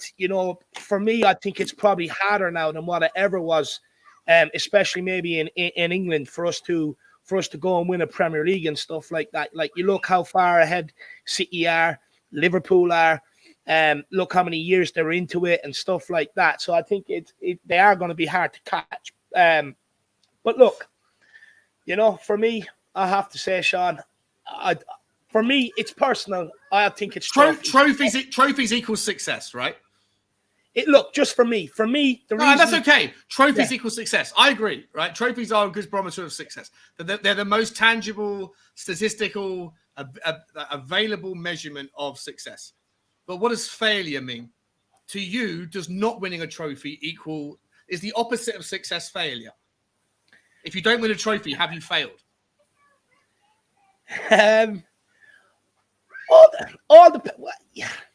Was last season a failure for Tottenham Hotspur?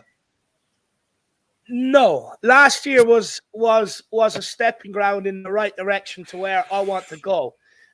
You know, that's all I wanted to hear, bro. It was progression. It was progression. But I'll be honest, everyone that said we weren't going to get top four, you know, we ended up getting top four. So maybe, I don't know, is that success? I'm not sure, you know. Look, if you would have asked Conte, right? For me, it was just progression. Conte says, well, we all say what Conte wants, Conte gets. Listen to Conte, right? If Conte's okay with this, if he wants that guy, let's believe in him. He is the master of achievement, right? He is the guy who gets things done. If you were to ask Antonio Conte, if you were to sit down, if you were to ever have the luxury of sitting down and interviewing Antonio Conte, and question one, you said to him, just because there's a massive debate in the Spurs community, last season, did you fail? What would he say? I think. Look, if you got if you got Antonio Conte in a room and it was 1-on-1 and it stayed between you, he'd tell you it's a failure because that guy's a born winner and wants to win trophies. You put him in front of the press, and if you look at where Tottenham were when he came in compared to where we finished, he'll say to you in terms of what Tottenham's ambitions were last year and where Tottenham have been in their heights over the last few years, Champions League football, etc., etc. He would probably deem it a success in terms of the club he took over and the squad he inherited. Yeah. The definition of success is the achievement of a recognized and organized goal or objective. I think he came in and his objective was to get top four. I don't think it was to win the Carabao Cup. I think it was to get top four. So on that basis, I think he secured, he outperformed his objective. Last season was not a failure. We had no right to get that Champions League whatsoever. Look at it, look where we were on the Nuno when he got sacked. Then Conte came in. Then we hit that middle turbulence period in sort of January and stuff like that. Then we got in the signings and we ended up getting top four when nobody gave us a hope. No, none of the pundits, none of the journals, and 99% of our fan base, bar me, nobody gave us a hope of top four last season, and we ended up getting top four. So last season was a success because what it has done, it's bridged the gap from us being in the Europa Conference League to getting us to the Champions League, which now with the window we've had, hopefully now that can start bridging the gap towards a Liverpool and a Man City, which is ultimately where we want to go. Look, most football fans want to see their teams win honours. They want to lift honours. And look, you know, it's the happiest days of your life. It gives you the greatest memories. But last season, we weren't in a position to win trophies, but we got top four. So that was successful. Dave, I think so. Sorry. Yeah, go on, Aaron. Go on, mate. Go on. Dave, do you think that Conte would have been happy with 5th place in the FA Cup? Last season? Yeah. Interesting. Interesting. I would have said yeah. Because you have to remember, this guy came in here and he's never ever took, especially over the last while, took a club over without having a preseason with them. He came in here and midway through the season, not only did he have to put confidence into a lot of that squad, start getting the best out of them, get a new way of playing, plus encouraging them to get forward and solve that creative issue we were having underneath Nuno, plus get them all up to full fitness. I think, you know, if we would have finished 5th and got an FA Cup, he would have defined that as success. And look, I think a lot of Spurs fans would have been delighted because we love the FA Cup. Okay. Would you rather this season we finish? Last question, and I'm going to bring the other guys in. Last question, just to give you some binary, because I haven't had your take on this. Would you rather a season that results in every single Saturday or every single Sunday, we win one, lose one, or we draw against teams and we end up finishing 7th or 8th, right? But we make it all the way to the Carabao Cup final and win, regardless of what teams you play. Because this is my difference between winning the Champions League or the Europa League versus winning the FA Cup or the Carabao Cup is that it's technically possible for you to win the FA Cup and the Carabao Cup by playing non-Premier League opposition, right? Yeah. You can go all the way and lift the trophy by playing Chesterfields and Southend's and whoever, Wigan or whatever, right? And get all the way and do it. Or you can't do that in the Champions League. If you're going to win the Champions League, you have to take on big tournaments, right? So for me, the value of winning the Europa League or the Champions League is higher than it is the Carabao Cup, the Premier League. But for me, the greatest barometer of success, of your progress, of where you stand against all the teams in the world, is by looking at your Premier League position. And when we were winning, like when we last won the Carabao Cup in 2008 or whenever it was, we were finishing, like, generally speaking, we were finishing 10th, 9th, 8th, right? But now we're finishing 4th, 3rd, 2nd over the last 10 years, and we haven't won a cup.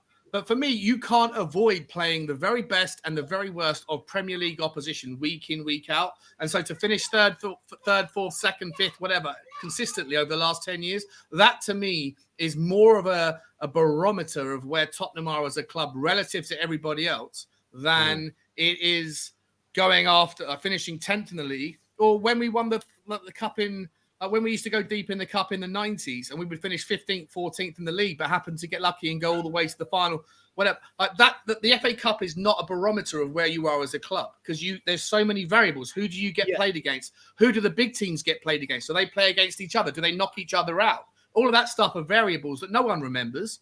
Everyone says, I don't remember where Tottenham finished in this league, but I do remember when we won the FA Cup. Okay, but do you remember who Manchester United got knocked out to? Do you remember who Chelsea lost to that year? Do you remember all the other variables that seem to have affected how far you went in the tournament? There's only one thing, about this cup thing is, as soon as we win a cup, the banter stops, because I can't write a tweet without someone replying, "What a trophy." Yeah. So it seems like all it is, it ends banter. That's like. To be entirely honest, Aaron, I probably think it's probably worthwhile pointing out. I would probably rather Tottenham win the Carabao Cup this year just to get that monkey off our fucking back. Yeah. What a trophy! Well, that just shows you the mentality of the Tottenham fans, then, Bob. That just shows the mentality of the Tottenham fans. No, that is ridiculous. That is absolutely ridiculous. Because you care about what other fans think. I'd rather take a Carabao Cup because you're going to get bantered. That just shows you the mentality of the Tottenham fans, and that's why players like Sol Campbell and players like that leave our club, because that is our mentality at the end of the day. Sorry, that just needs to say. You love Sol Campbell. You keep mentioning him. No, bro. Because the thing is, because David, this is the guy that says I talk about Harry Winks so many times. It gets too much. You know what I mean? Sorry, but it's ridiculous. I mean, there's about 2 years worth the fact is, the point I make it, the whole thing about what Sean's point is, okay, I can agree and disagree with it. Under Poch, it was an achievement to get top 4, because if he didn't get top 4, he would have got sacked. Because the fact is, winning the Carabao Cup, winning the FA Cup was not what the board wanted. He wanted Champions League because it gets them the money, and they had to move into that new stadium. Yeah, he did his job. But Poch wanted more. He wanted to win the Premier League, right? He wanted to make a statement out there. Yeah, he got felled by that management. Now, by the way, and I was right. He got felled by circumstance. Hold on. He was right. I was right. Be reasonable, Mo. He didn't get felled by management. He got felled by circumstance. No. I was right. I was right, because the fact is, Mourinho got to a cup final and got sacked. So we know exactly what their priorities were: the Champions League. Yeah. Because if he was still in the chance for a Champions League, if he's still in that Europa League, he still would have been Tottenham manager, even though I couldn't stand him. Yeah, so that's fact. Yeah, absolute fact. That's why I don't have a guy at Pochettino, even though I don't want him. Yeah. Now think- it's about trophies. Now 100% about trophies because you got Conte through the door. He's So about championship. you would rather And us that's finish it. Simple you'd as rather that. us That's finish why I've seventh. changed. You'd rather us finish seventh this year. I'll put this round to everyone. I'll come to Dave first. Welcome, Has, by the way. You'd Hey, rather right. finish seventh this year and win a domestic trophy, regardless of who you have to play to win it, regardless of what happens. You'd rather us finish seventh, which the league is the best barometer of where you sit, or the Champions League, how you get on in that tournament, lets you know how you feel against the very best in Europe. You would rather Tottenham finish outside the Champions League, outside of Europe, but lift the Carabao Cup, even if it means you only play second division, first division, and championship level teams. That would be success versus finishing second in the league and losing on the final day of the season to Manchester City on goal difference. And you think that Carabao Cup season, that option A, would be a better barometer of success than not winning a trophy but finishing second to Manchester City, which would require that every single week, you would be there or thereabouts. You'd be smashing Man United at home. You'd be beating them away. You'd drop a couple of points here, there, and everywhere, but you're going to be competing with Manchester City all the way until May, and you'd rather that be you'd rather not have that, and you'd rather lose one, win one, lose one, draw against fucking Fulham, and then play Chesterfields and Southend's and all the way through to the Carabao Cup final, lift the trophy, and you think that season is more success than taking Man City to the final day? This is a madness take. Sorry, Dave. Carry on, man. Look, what I will say is, you look at the FA Cup winners over the last decade, even you just take the last decade into it. You know, most of the time, if you want to win an FA Cup or a League Cup now, you have to be competing with City or a Liverpool or whoever's in and around the top of the league, because they're usually the ones that go on and win them cups now. True. Anyway. Correct. It's not like what it used to be years ago, where you would have them sort of anomalies. Yes, you maybe have Leicester in there from, what was it, 2021, where they won it, but they bet Chelsea in the final. But the thing is, nowadays, in order to claim one of them trophies, you're going to be competing with a Liverpool or a City down the line. That's what I've been saying. Not necessarily, though. That's what I'm saying. Not necessarily. Well, if Chelsea draw, Dave, if Chelsea draw Manchester City in the third round, and Man City knock Chelsea out, and in the fourth round Chelsea draw Liverpool, and then Liverpool knock Chelsea out, and then Liverpool happen to get drawn against, I don't know, West Ham away in the fifth round, right? And you get a nice easy path. I'm not saying, of course, yeah, but how often does that happen, though, Sean? I know, but I'm being hyperbolic, right? I'm deliberately doing it that there is a pathway to you getting to the Carabao Cup where you don't have to play any big teams and you can lift the trophy, and then you can fail week in, week out in the Premier League. And people would say that is what success looks like. And I'm saying you can't do that and finish second in the Premier League. You can't. You can't get away with. You can't do that. Success comes down to the individual person and what you expect from your football club or what you expect from yourself. You know, it comes down to the individual person. Look, what I define as success may not be the same as what other people define as success. Everyone sees football through different lenses. But for me, in order to pick up an FA Cup or a Carabao Cup now, you have to be competing with the likes of City and Liverpool. They're cleaning up all across the game. They're even cleaning up across Europe at the minute. So now, in order to be look, you might get that odd time where you can get that run that you're talking about, Sean. But now you have to be as good with them. So even if you want to win a domestic trophy now, you're in order to compete with them, you have to get the squad to be able to do it. And once you're competing with them, then you have a chance at every single cup competition going, because they're the barometer right now. We're just unfortunate that the two best teams in world football right now are in the Premier League. So they're cleaning up all across. So in order for us to get there, we have to compete with them in the league, which then will hopefully replicate itself in the cups. And again, it also comes down to your manager. Pochettino did not take the League Cup or the FA Cup seriously. He didn't really care. If we got to a semi-final or final, then he'd put out a strong enough team to hopefully try and clinch it. But up until then, he just did not give a crap about them. It was all about the league, all about the Champions League. Look, I think I speak for every Spurs fan here. I think we all, everybody, even yourself, Sean, we want to be competing for every single trophy possible. Yeah, of course. And look, what I will say is, since Conte and Paratici has come in here, and the summer window we've had, starting off with the season yesterday, it looks like we're going in the right direction, and long may it continue. But in order to end this success debate, because it's been going on for a few weeks, it's down to the individual. It comes down to the individual person. You know, what I expect from my club, for instance, is totally different to what Alex might expect or you might expect, Sean, you know? No, I agree. And like I said at the start of this whole the re-emergence of the conversation, of course, success is trophies. But for me, the major thing that I get frustrated with is people who say it's binary, right? It's if you're not hot, you're cold.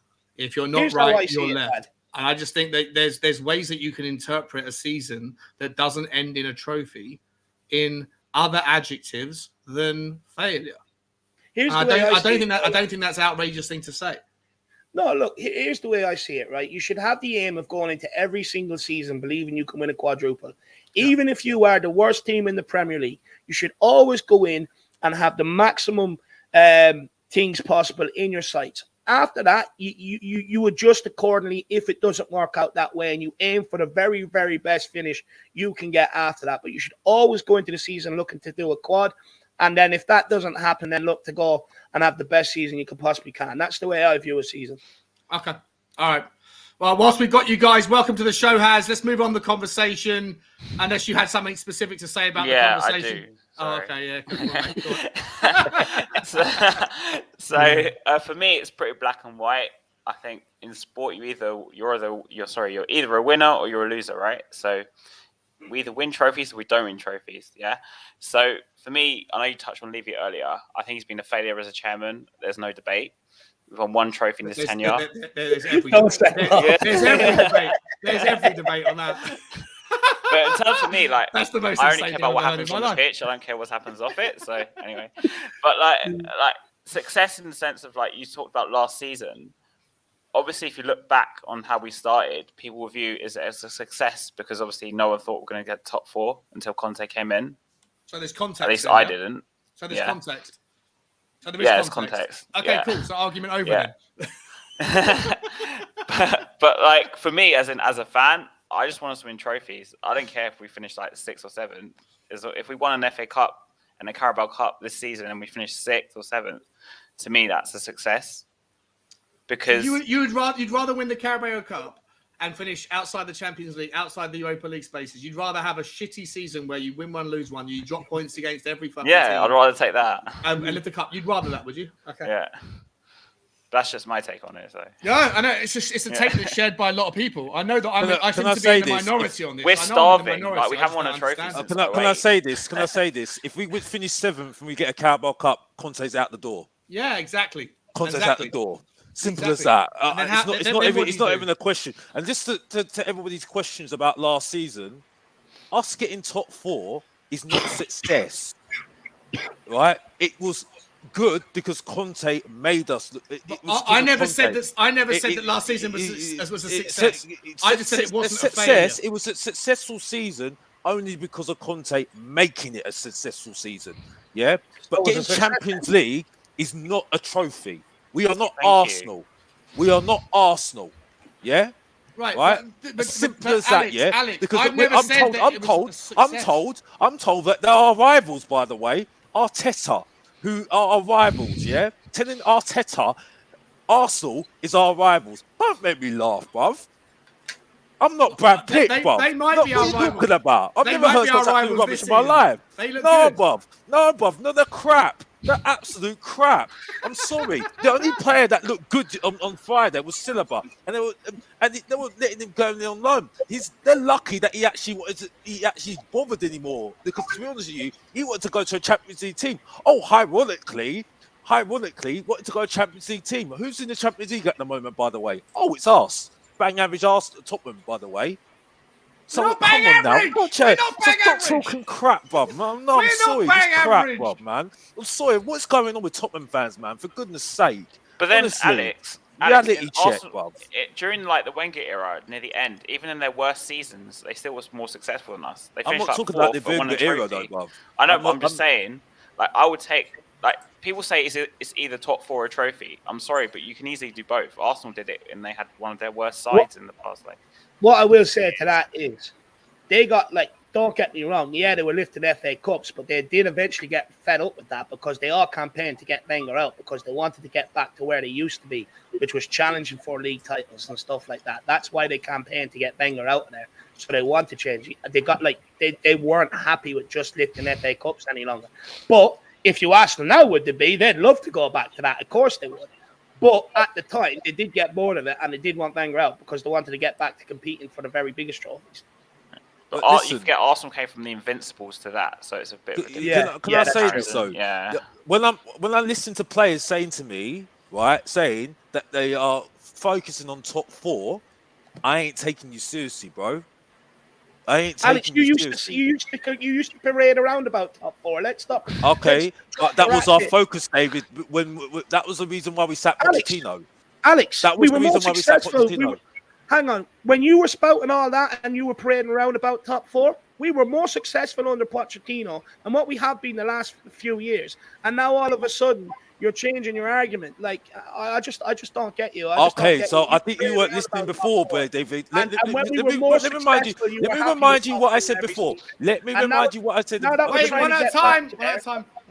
Now that we're trying to get back to there, now all of a sudden you're unhappy. But when we were under the heights of Pochettino, reaching second in the league, chance for league titles and stuff like that, you were happy with top 4. So don't sit here and start telling people that, you don't have ambition, this, that, and everything else, when you used to sit around here parading about top 4. So please drop this fucking act. It's pissing me off. Can I respond now to David's absolute digging the hole from again? Yeah, but anyway, moving on. No, digging the hole for himself again. Let's go. No. It's the boxers is speaking now. You listen. Make statements talking now. You know what I mean? But anyway, let's go. Let me go and back your point. You're saying that I was talking about top 4. Yes, I was talking about top 4, but that was our focus on the Poch, by the way. That's why we got sacked. That's why we got sacked, by the way. And by the way, if he didn't get top 4, he would have got sacked, which I explained at the beginning if you were listening, but you weren't listening, by the way. And when by the way, the manager that you said that you love, by the way, Mourinho, by the way, who's supposed to be a trophy magnet, by the way, got sacked before the cup final because we didn't get top 4. So, that was our focus last season. Now I've changed my tune because we've got Conte in the building who wants trophies, championships, by the way, who wants to compete with Klopp and Guardiola. So, I mean, again, you're making points that don't make no sense at all. Because Mr. Box talks so much sense and it gets to your point so badly, Bob. That's what I'm saying, bro. You know what I mean, Bob? It's all fun and games for me, Bob. Yeah, you know what I mean, like. What are you gonna come? What are you gonna come with next? Harry Winks, like you always come with another time. You know what I mean? Come again, Bob. Right, come. Let me press pause for a second. Let me press pause. We got a super chat from Dermatron. What's happening, buddy? He's saying, "I am so buzzing after yesterday. We can reach the top because we can. If that means a league, FA Cup, we can do it in Conte. We trust. Big up, Sean."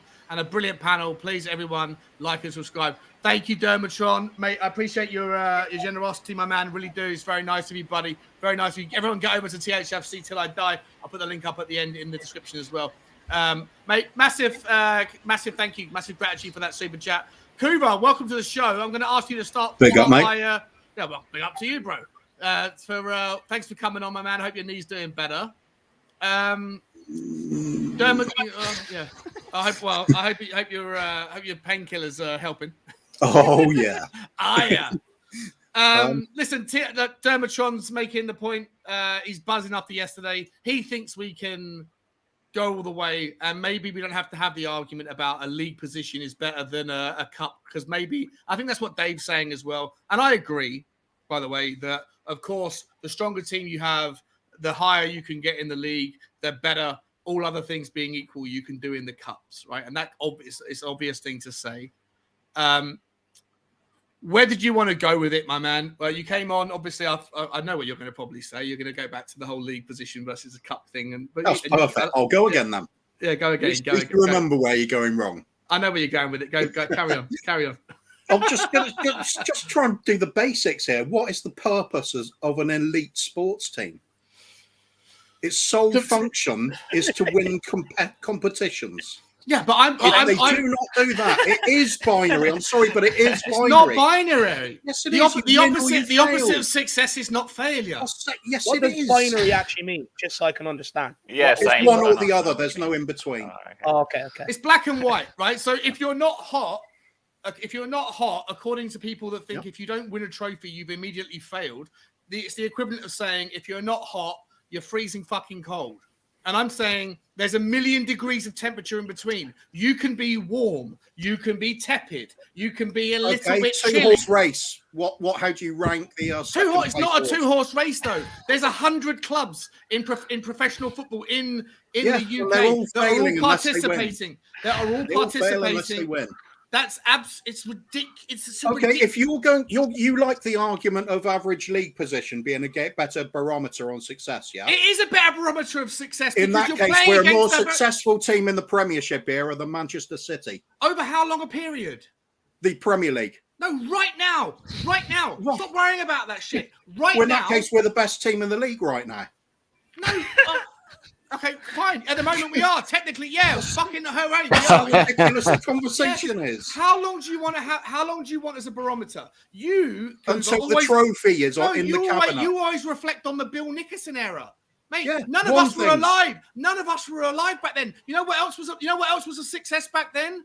A cart with a horse. That sort of shit used to run faster than the average person. Right. Yes. Then cars came along. And if they had competitions for it, somebody probably won a trophy, didn't they? The very finest car in the world the year that Tottenham won the league, the very fastest car in the world would be considered the very slowest car in the world right now. And the winner of the race will get a trophy. But unfortunately, they didn't have Opta back then. So perhaps it could have been somebody else that was actually better than the winners. What are you talking about? No, you're living in the past, You even start off one of your arguments with Manchester United are the most successul club in English history. Manchester United over the last 120 years, I was calling out a stat. I can bring it up if you want. From 1901 until 2022, so 1902 until 2022, if you remove Community Shields, which don't mean shit, they have won more trophies in the UK than any other football club in that period. They are, by your definition, the most successful football club. Yes. Right? Sure. Can I ask you a question? Also, one second. Also, by the definition of the people that say that if you do not win a trophy, you have failed. Yep. Then by their definition, by your definition, not by my definition, because I think what I'm about to say is the most ludicrous thing in the world. But by that definition, if you are the most successful football club in trophies, but you also fail 90% of the time, I think that is too restrictive a summary of a football club. Not everything is black and white. If you were to say that Manchester United fail in 90% of the trophies that they enter over that 120-year period, despite also being the most successful club, and every other football team in existence in English football fails more than 90% of the time. Yep. That is a bonkers statement to make. It's ridiculous. And other people that feel the way that you do laughed and cackled at the same reaction. They cackled at the same thing because they didn't realize that they were laughing at themselves rather than laughing at my perspective. They didn't realize what I was actually saying, which is but you're also then using the league average league position to gauge you're using that. You are definitely using that as a barometer to gauge success with. Yeah. No, I'm using it as a methodology. Morning, guys. I'm using it as a methodology to ridicule the idea that if you don't win, then you are a failure. It's madness. There is so many different ways that you can interpret. Exactly, mate. It's a false dichotomy. There are so many ways that you can assess a football team other than succeed or fail. This argument, guys. It's like the beauty is in the eyes of the beholder. Simple as that. Right? Some people will measure success in this way. Some people will measure success in that way. To each his own. Correct? Can we just move on from it?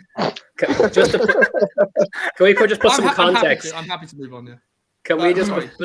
I'll just finish off with one thing then about league position. If you use that as a barometer, it means in the history of English football, Everton are more successful than Man United. No, not more successful. Not more successful. Higher Again, average league position. Again, barometer. you're twisting my words. Again, I never said that you were successful by it. I'm saying it's a better barometer of where you are. I'm saying that what you define as success. So you are saying that trophies are the success, mate, then? Are you or aren't you? You're doing the same. Stop, mate. You're doing the same thing, right? It's not. I don't define a trophy as. I don't define not winning a trophy as failure. I don't define. Why not? Because there's a million degrees. What happened in the season? Who did you play? Who didn't you play? Who did play? Who else? There's a million ways that you can look at it, and I don't think it's right. Back from the cross country at school, and they say, "Oh, they succeeded." I'll go, "Wow, you got first." They go, "No, seventh." But they say, if your kid came back and they said, "How'd you get on?" and they said, "I finished second," you go, "You fucking failure." How's that gonna? What's that? What does that say? Did you enjoy it? You fucking failure. You loser. Yeah, you fucking loser. You finished second. Everybody will done. Better luck next time. You've got a prosthetic leg, and you played against the kid who's seven years old but 8 foot tall, and you lost by an inch to that guy. I'll put the 7th place finish up on the wall. Well, maybe I should. Madness. Maybe it's what we should be doing. Put our 2nd to 5th finishes under the Levy up on the wall. It's madness. Everyone, can I just point out that everybody is arguing apples and oranges in this entire debate simply for the fact that no one seems to be setting a consistent benchmark or definition of what success is. Can we just dictionary definition of success? Hold on. Dictionary definition of success is the achievement of a set goal. Okay, so we need to. Every single individual team is going to have a different goal going into a season. Do you think Southampton going into a season, they've set themselves a goal of winning the Premier League? They don't. Tottenham last season did not set themselves a goal of winning the Premier League. They absolutely did not, because we cannot compete with Man City and Liverpool right now. What they set themselves a goal of was top 4. And especially after Conte came in, that was still an uphill battle, and we got top 4. That is success because we achieved our goal. Trophies are not the only measurement of success, because if everyone measured themselves by trophies, then there's plenty of teams out there. The vast majority of them in the English league, from the Premier League down, are all absolute, total, and utter failures, which is not true. You have to are we an elite football team? Yes, but we're also not cheaters. Man City have oil money. Cheaters? Chelsea have oil money. Cheers, no, guys, appreciate guys, it's all Lee's fault. All right, he set the success bar so low, right? So that's where we are. Based on who we are as Tottenham Hotspur specifically. We were a success last season for the fact that we got into the Champions League, and it was the only thing that we could hope for. As far as the other trophies are concerned, it's a lottery, and then you're also playing at a moment in time where City and Liverpool are winning everything. You cannot call us failures for the fact that we're competing against people who are trying in the League Cup semi-final. Everybody was.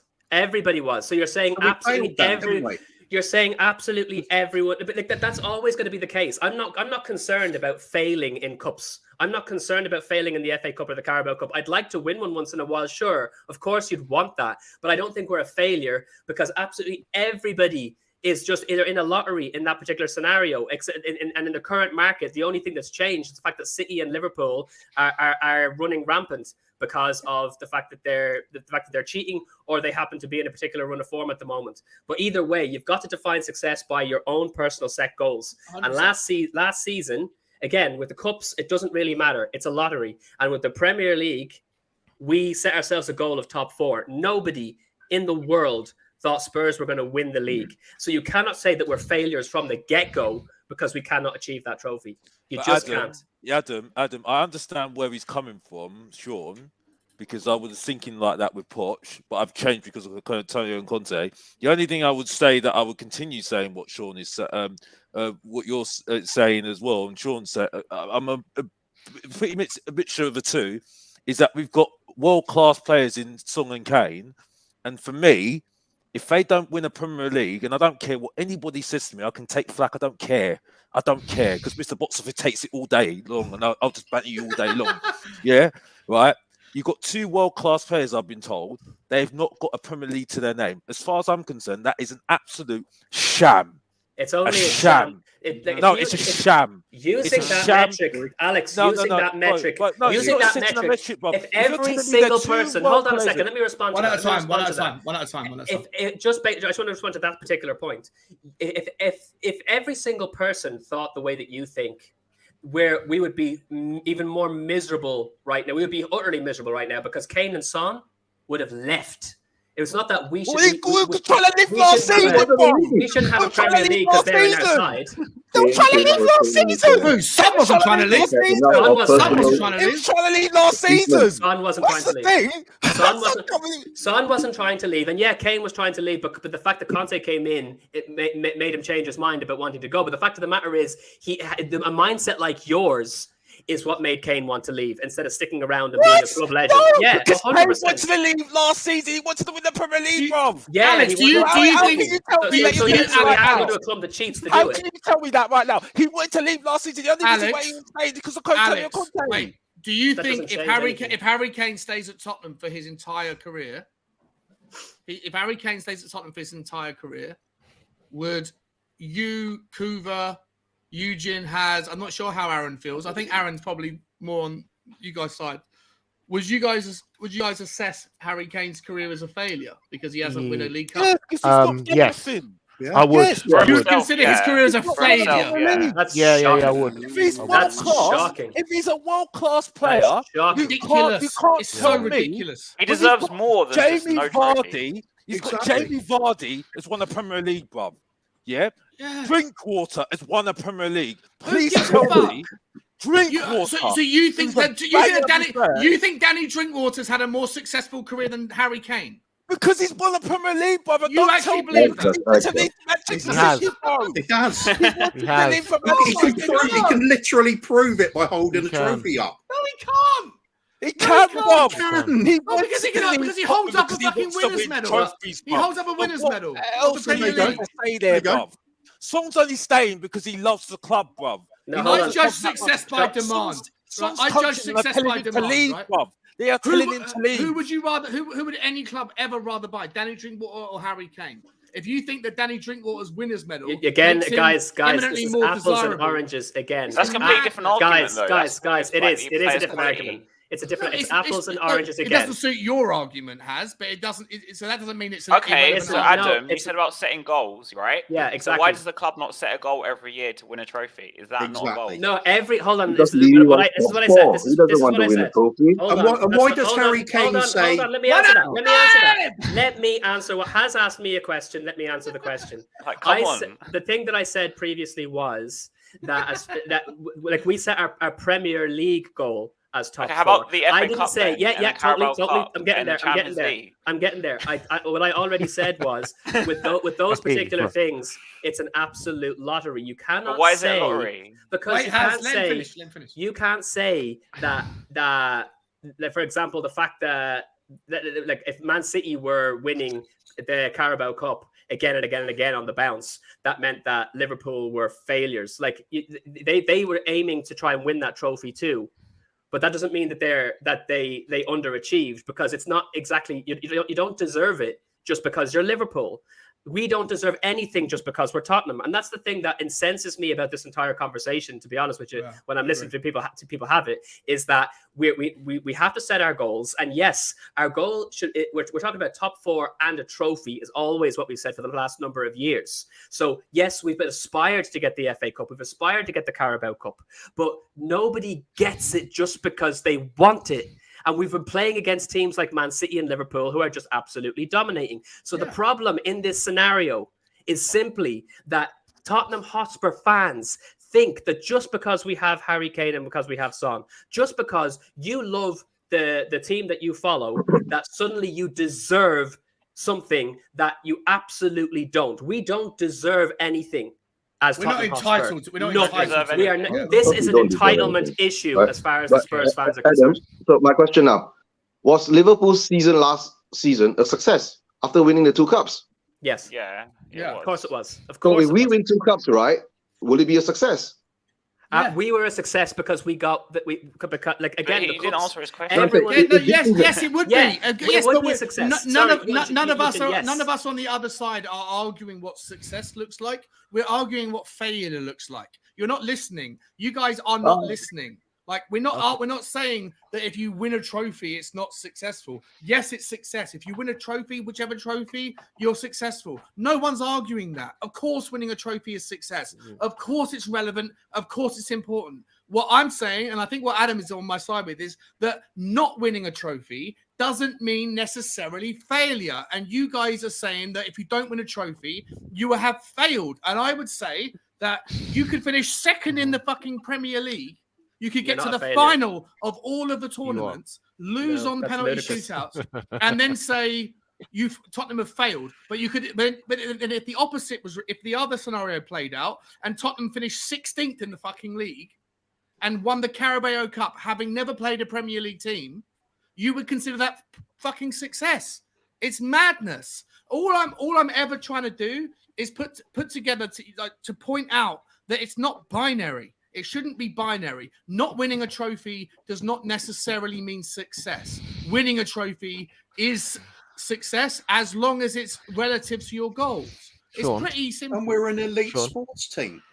But we're not better than Liverpool or Man City. Team, the goal is to win the trophy. We're not better than Liverpool or Man City. So we're not failures just because they're better. So again, Kuba, you would rather us finish 16th in the league, or you'd rather us get relegated, finish 20th. You'd rather us lose every fucking game in the Premier League. You would consider a more successful season us finishing rock bottom, getting dumped into the Championship, but playing no Premiership teams, winning every single game in the Carabao Cup and nothing else, lifting the trophy. That would be success to you, but finishing second extreme. on.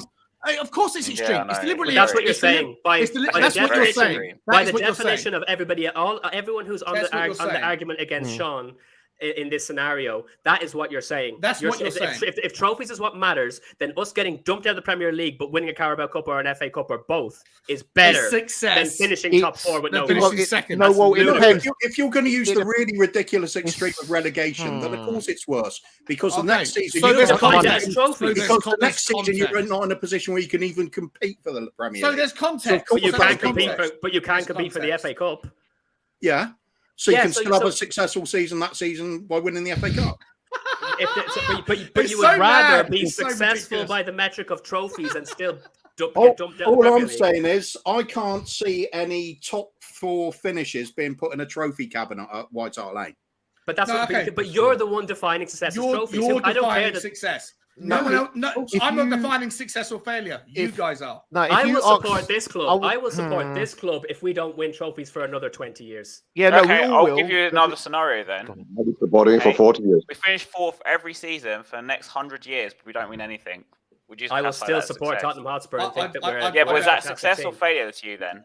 It's success if we finish in the top 4. So the next 100 years till like 2000. For the rest of my lifetime, if I know that Tottenham are playing against the very best teams in the world, and we don't necessarily make it, I'd rather that than us getting dumped out of whichever league we're in and every single Saturday being a fucking nightmare. And then occasionally 7 times in a season, we happen to win in a competition and go and lift the trophy. Can you imagine being for me, I'd rather the first option. Can you imagine being a Southampton fan or a Brentford fan and listening to this conversation? It'd be like, it's absolutely ludicrous. You think that just because we're Tottenham Hotspur, we deserve something? Can you imagine if you were a Liverpool fan or a Manchester United fan or Arsenal fan? And we're below Liverpool and Man City. Yeah. There is levels. And we're boxing at our level, Alex. You just made an argument. We're boxing at our level, Alex. Absolute rubbish. We are at our level. We are at our level. We are at our level. I love it. We're at our level. I didn't say you want to talk about extremes, right? I love it. Talk about extremes. I love fans like this because it puts me like Mr. Box Office aura, bruv, man. I love it. Here we go. That's what Alex, I'm talking like. First of all, Alex, you can't give yourself your own nickname. Second of all, it makes absolutely no sense. It makes absolutely no sense for you to say that what I said was in any way negative towards my own argument when the entire time I've been saying we are boxing at our level. That's the whole point. What's our level, though? Our level is just below Man City. We want to be levels with Manchester City and Liverpool, bruv. Yeah. Ben Kaufman is saying if we don't win a trophy for the next 50 years, we are a waste of a position. He's right. In football He's league. right. Okay, so we should level that. Ludicrous. We should level that same argument at Newcastle United, at Aston Villa, at Yeah. Yeah. Everton. Well, there's no point in them being in existence. Yeah. They're not aiming to win stuff. Yeah.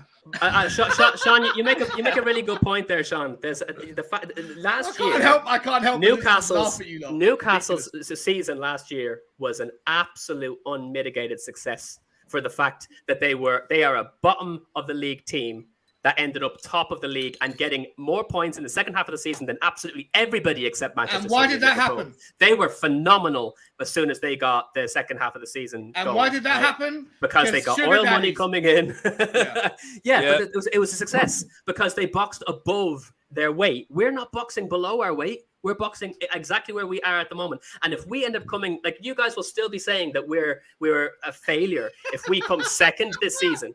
If we come second this season, you're going to say we're a failure, even if we get above Liverpool or City. That is an absolute joke. That would be a huge success to beat one of them. Just one of them. If you ask every single professional football player in the Premier League, if you ask them what would be your goal, it would be to win a trophy. It wouldn't be league position. That's why you get players moving from different leagues to bigger clubs that give you more. It gives you more chance of winning a trophy. Obviously, you would stay at your club.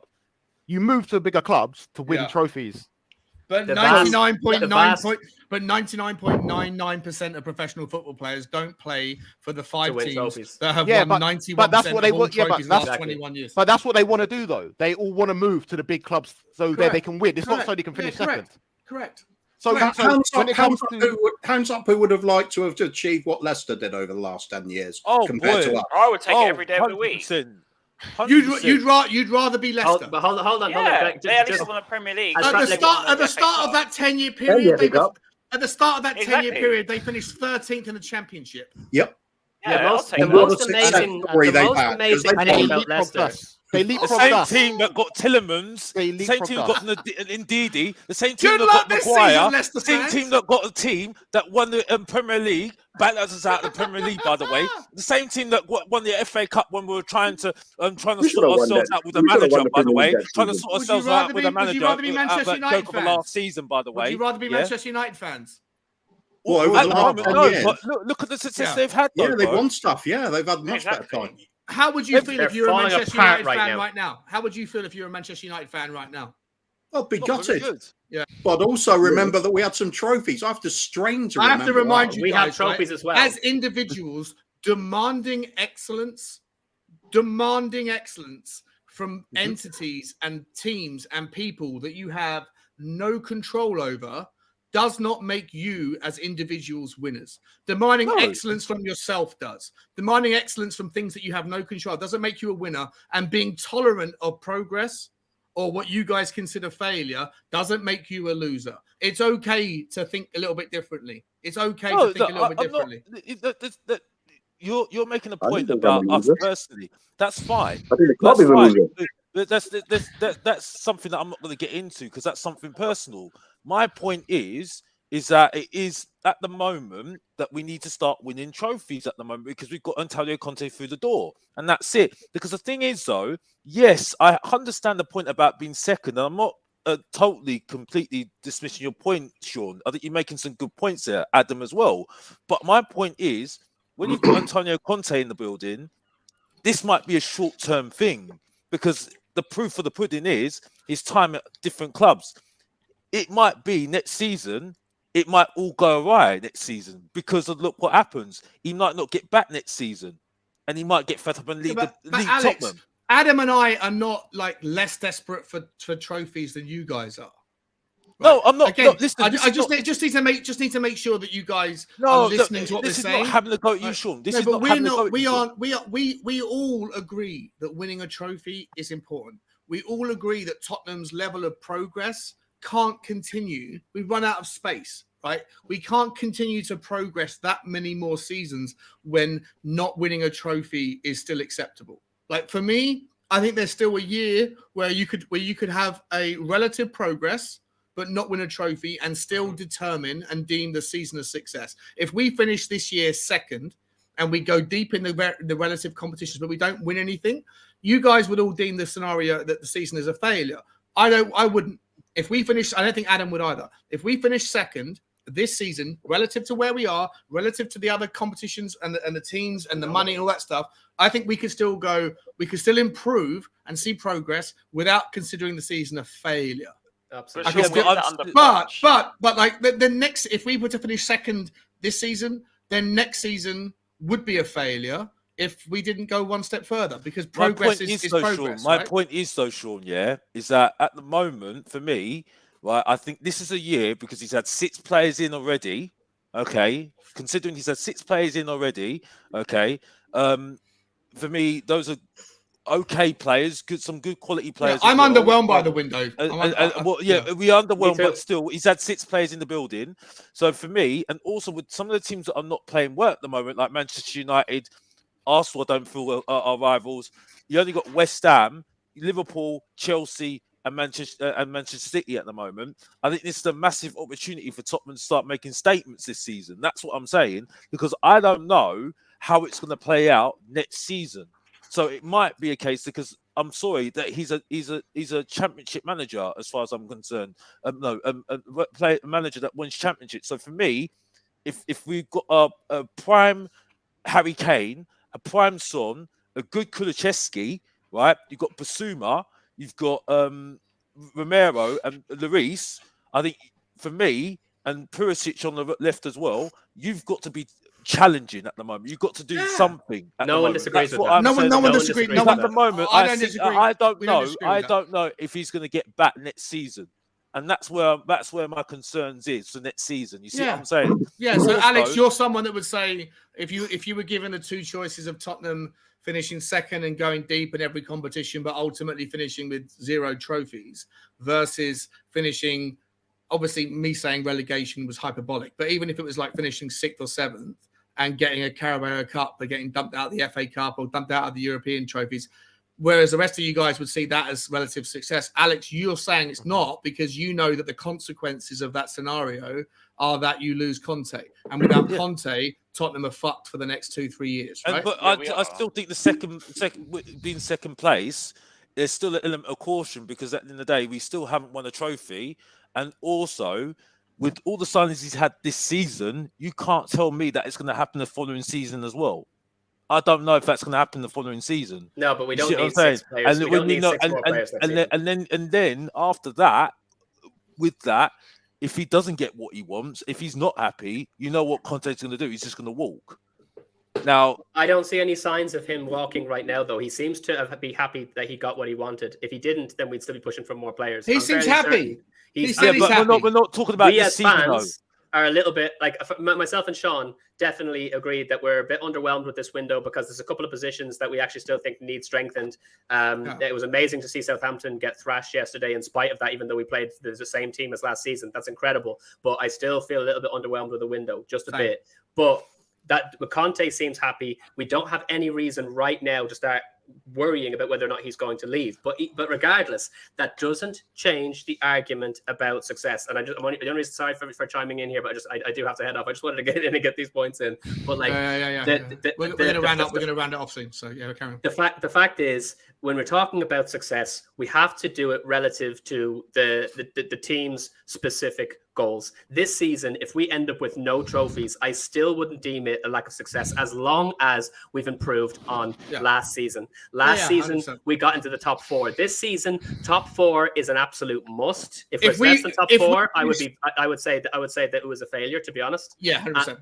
So top 4 for me is still absolutely necessary. If we should be third, we should be, because Man City and Liverpool are the only ones that should have any chance of being above us this season. And if we get second place, that is an unmitigated success. Because we boxed 100%. Above our weight by beating one of the only two heavy hitters right now. And then again, when it comes to the Carabao Cup, the FA Cup, and certainly the Champions League, you cannot say that we deserve that based on the level, any of those cups.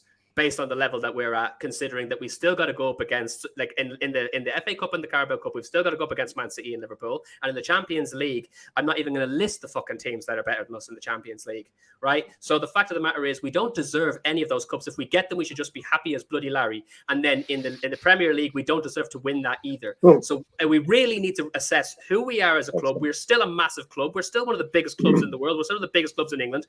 But if we don't win anything, that is not that is not us being unsuccessful. It's not necessarily Adam, more than last season. If Tottenham, to your point, if Tottenham finish 4th this season and go nowhere in the Champions League, go nowhere in the FA Cup or the Carabao Cup, and we end up exactly the same as where we were last season, I would agree that's been a disappointment of a season.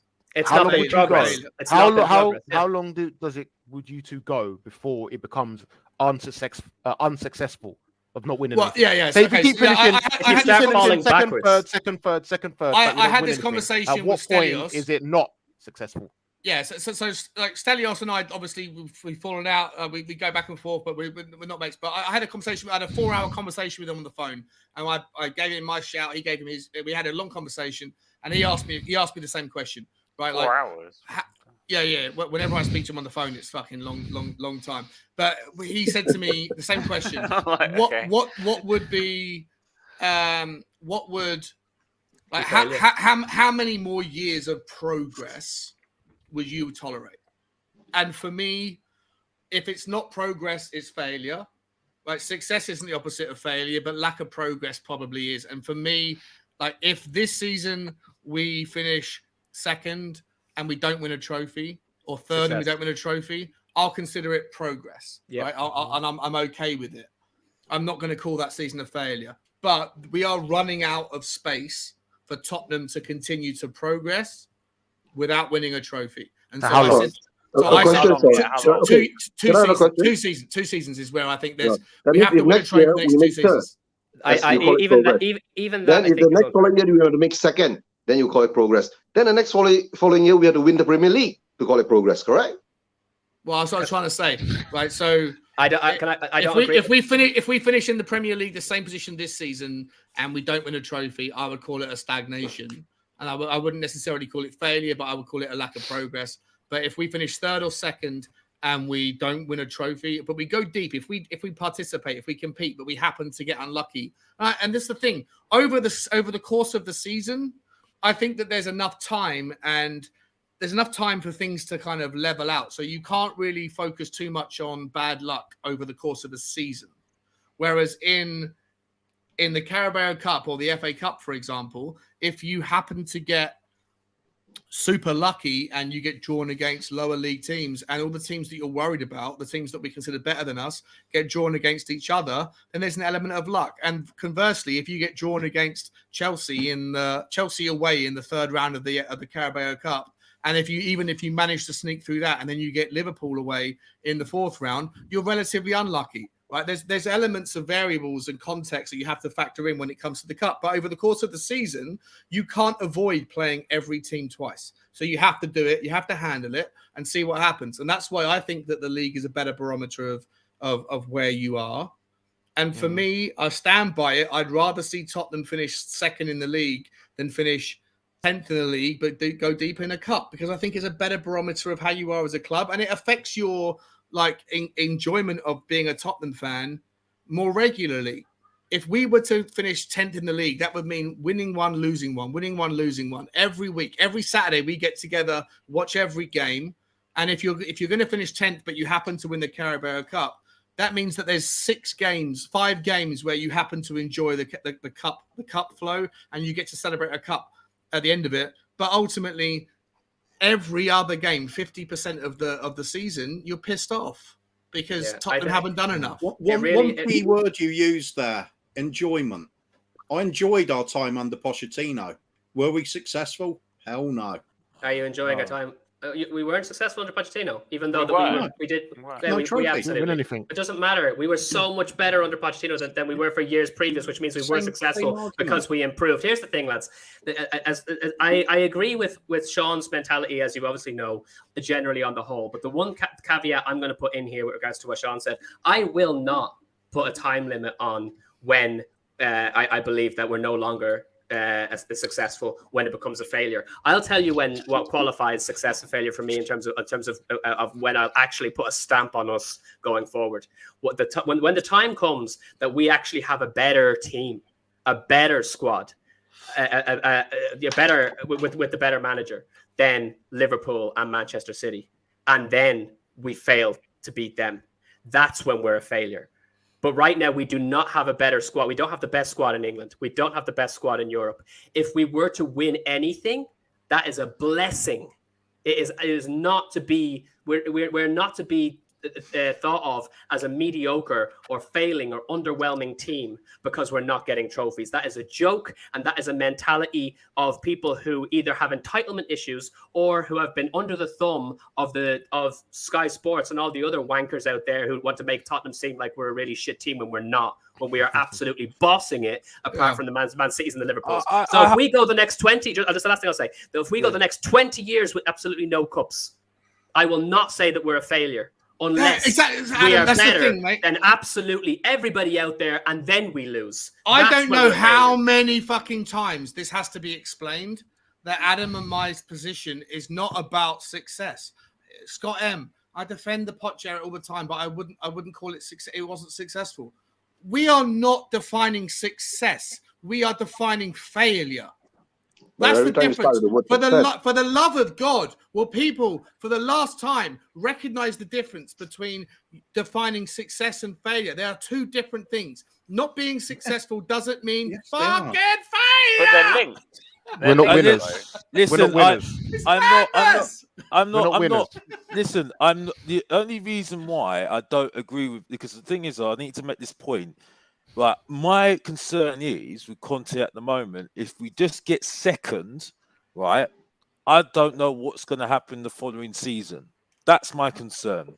And that is what I've dragged it out. That's why I'm saying it's crucial we do something big this season, because the trophy needs to be a focus as well. That's the thing, because he has got what he wants. Yes, it's been underwhelming. I've said my piece on the transfer window already.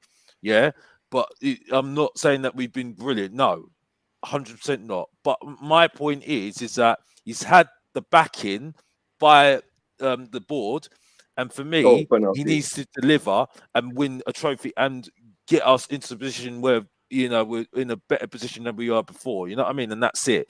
Because for me, I don't know if he's going to get that same backing next season. And you know what Conte does when he doesn't get his backing and doesn't get what he wants, he leaves. Yeah, but you're worrying about the future. What you're saying there, I totally sympathize with what you're saying. But you're worrying about the future versus like defining who we are now. Was last season a success? Are we a successful club now? Yes, we are. Because we got in the top four last season. Simple as. We were so far off the mark with Nuno. We were crawling our way through, even with Conte, and we still got top four. That's a success. And this season, if the only way that we're a failure is if we fall below teams who are actually worse than us on the pitch and in terms of who they've got running the show, right? So at the moment, absolutely is imperative that we remain in the top four.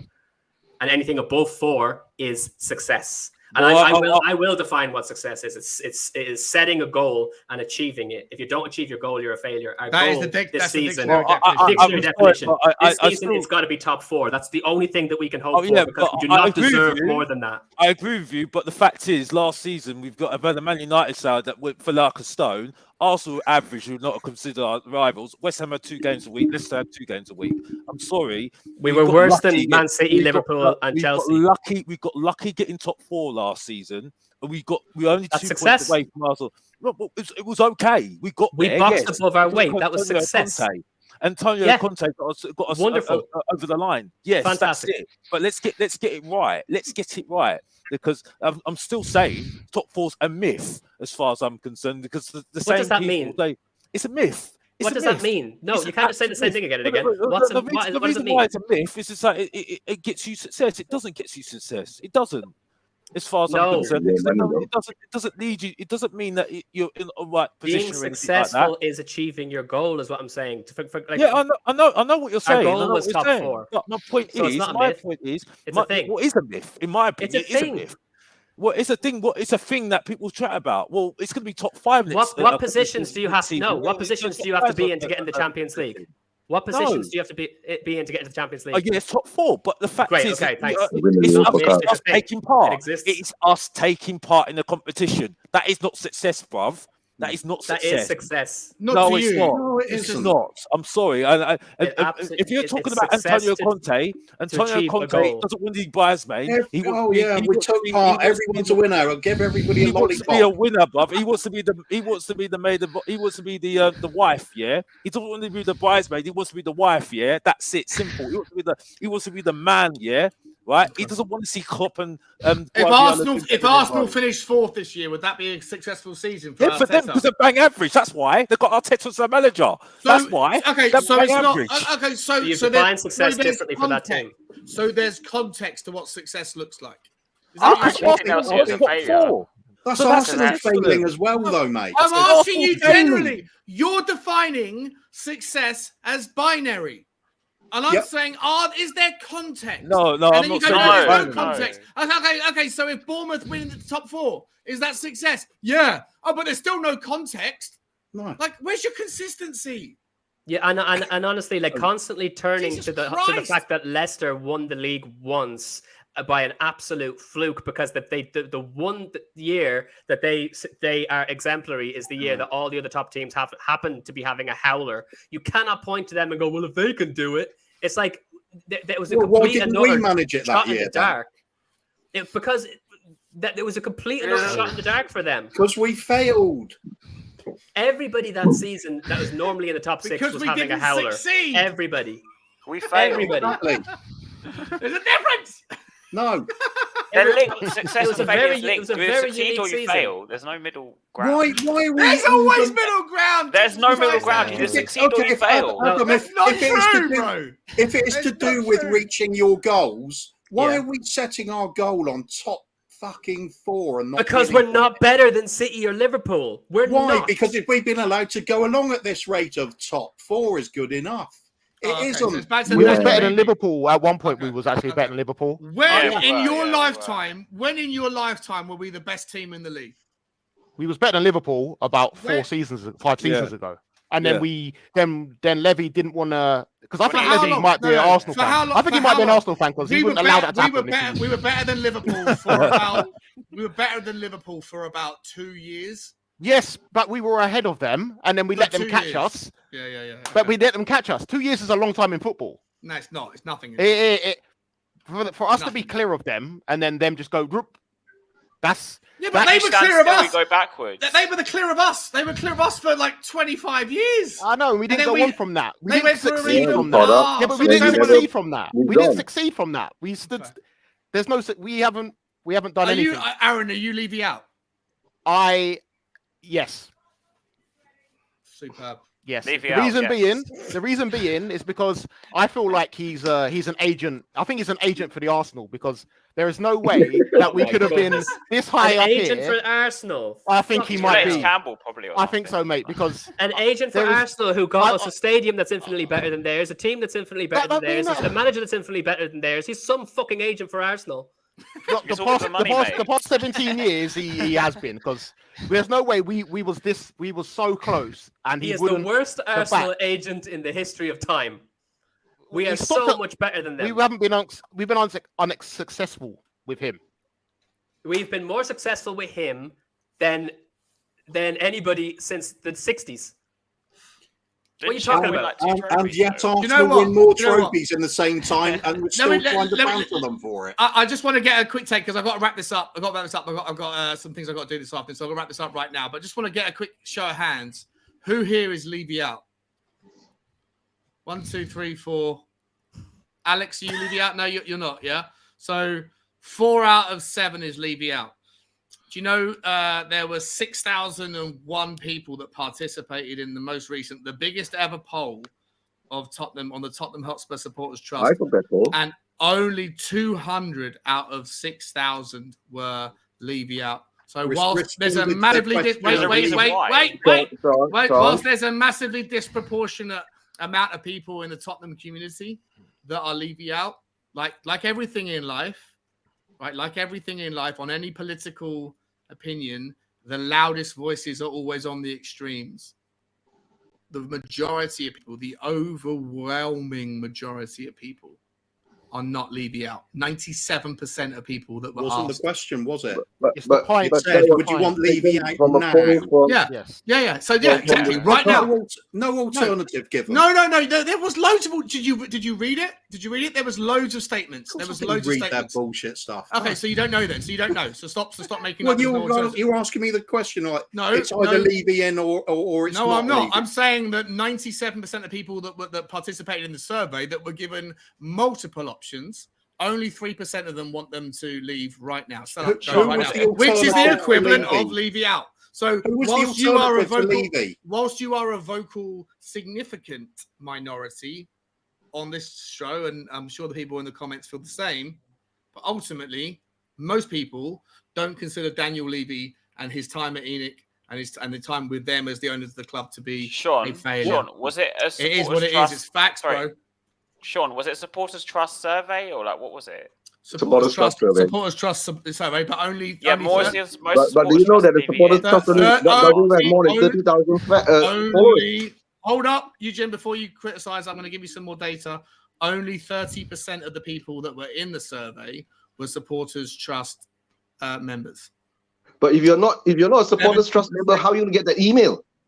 Yeah, thank you. 70% of people that responded weren't part of the Supporters Trust. Everyone was asked. If you are part of the Supporters Trust, that's how you get the email. They're not going to email it to random people out there. So how did 70% of people respond that weren't part of the Supporters Trust?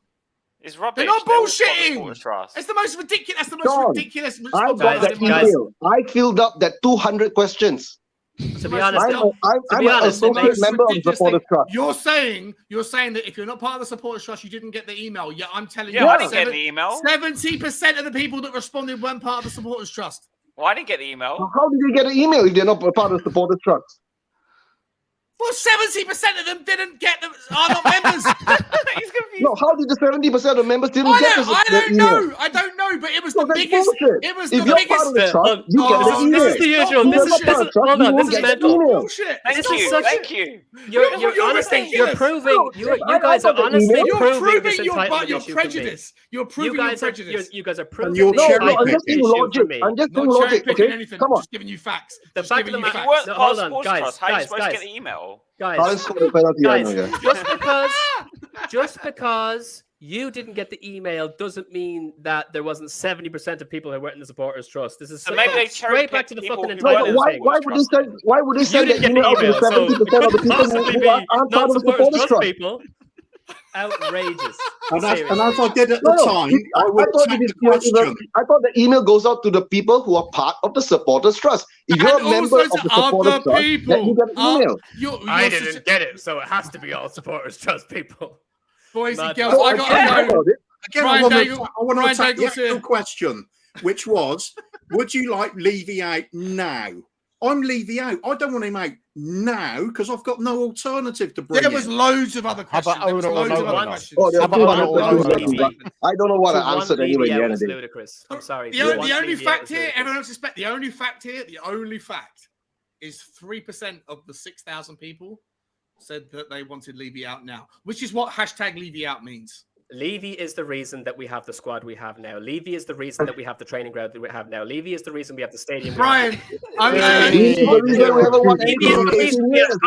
reason we never kick on from top four and always keep dropping out of it. Right now,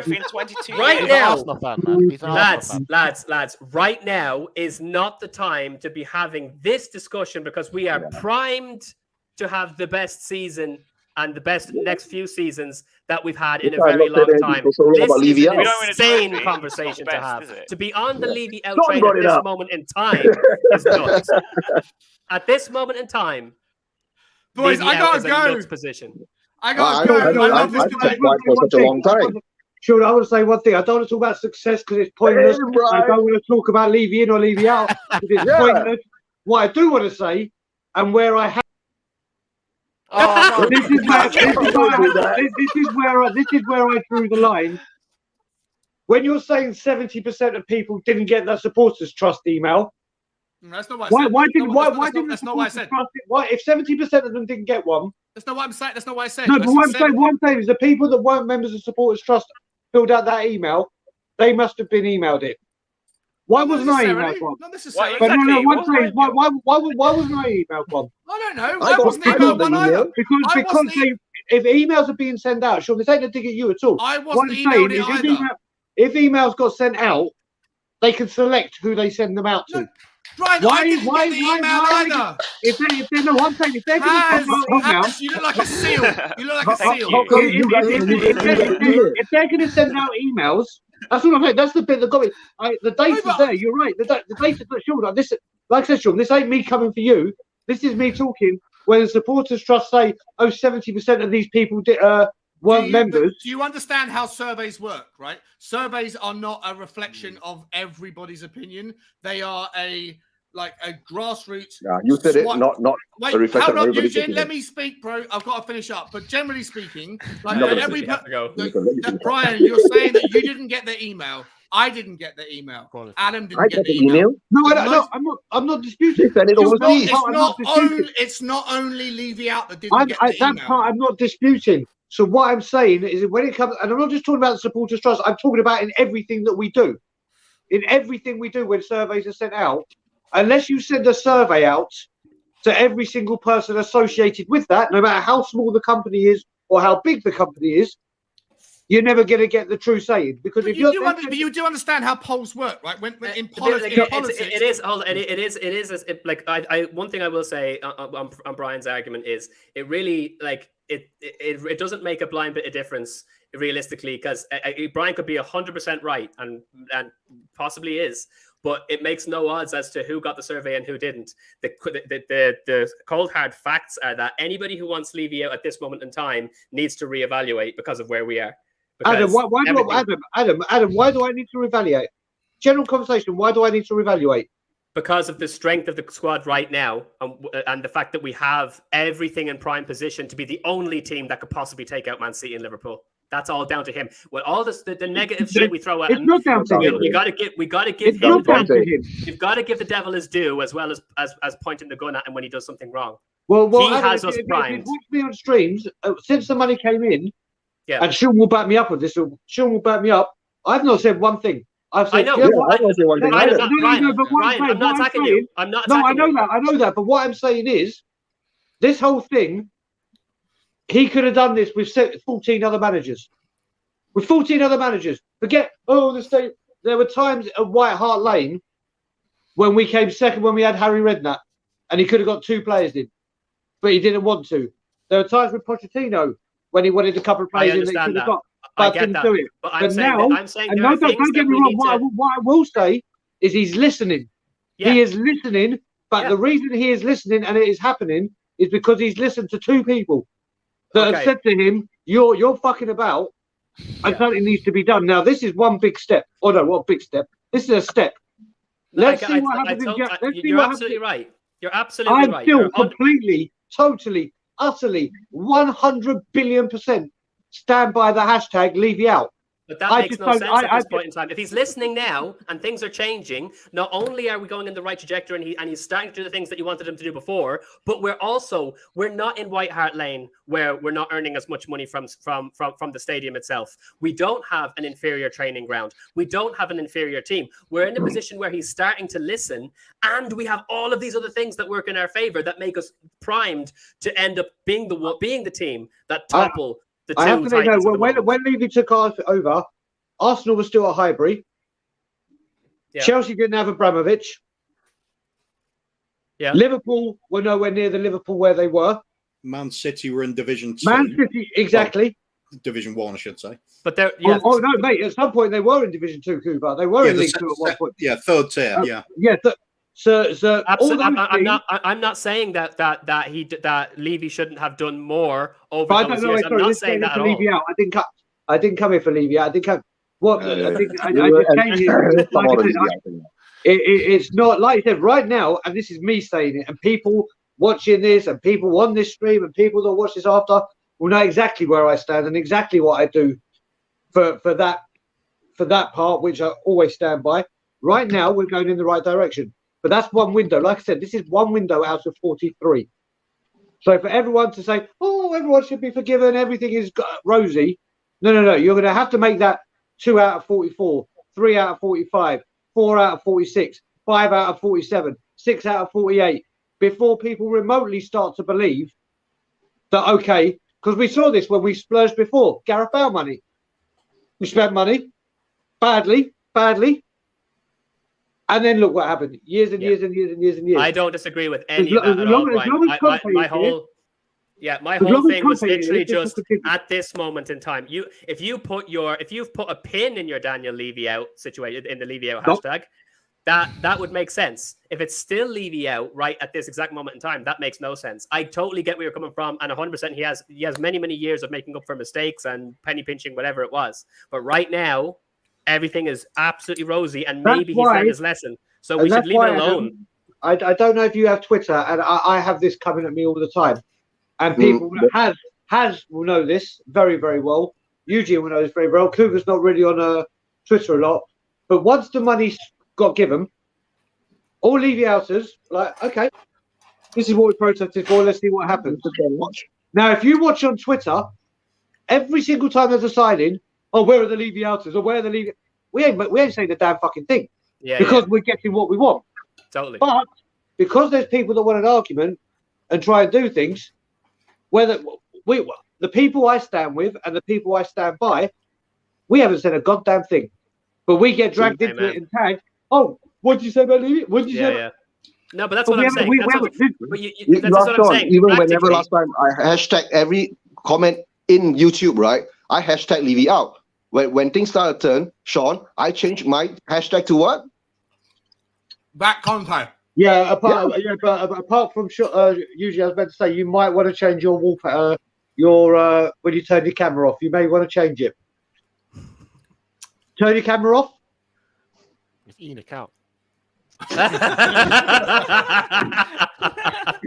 Good. There was a reminder in the background. I like it. Brian, I know you were saying you didn't come here for this, but I got to ask you, mate. I need to ask you this question because it's been too long since we've had a chat. You tell me right now, if Spurs are second here we go. next season, are we successful? Okay, so let me just put this very, very easy. When I talk to my dad, when I talk to my late grandpa, my grandpa told me about how his dad used to speak about the 1901 FA Cup winning team, the only non-league team to ever win the FA Cup, the 61, the 6. My dad, whenever I talk, my dad goes, and I spoke to him, he didn't go, let me tell you when we came third and almost got to a final. That's for me. I support Tottenham. It's all about we even sing glory, glory, Tottenham Hotspur. Glory, glory to me is winning stuff. Not coming second, not coming third, not coming fourth. What someone said, I can't remember, I think it was Ben. Those are achievements.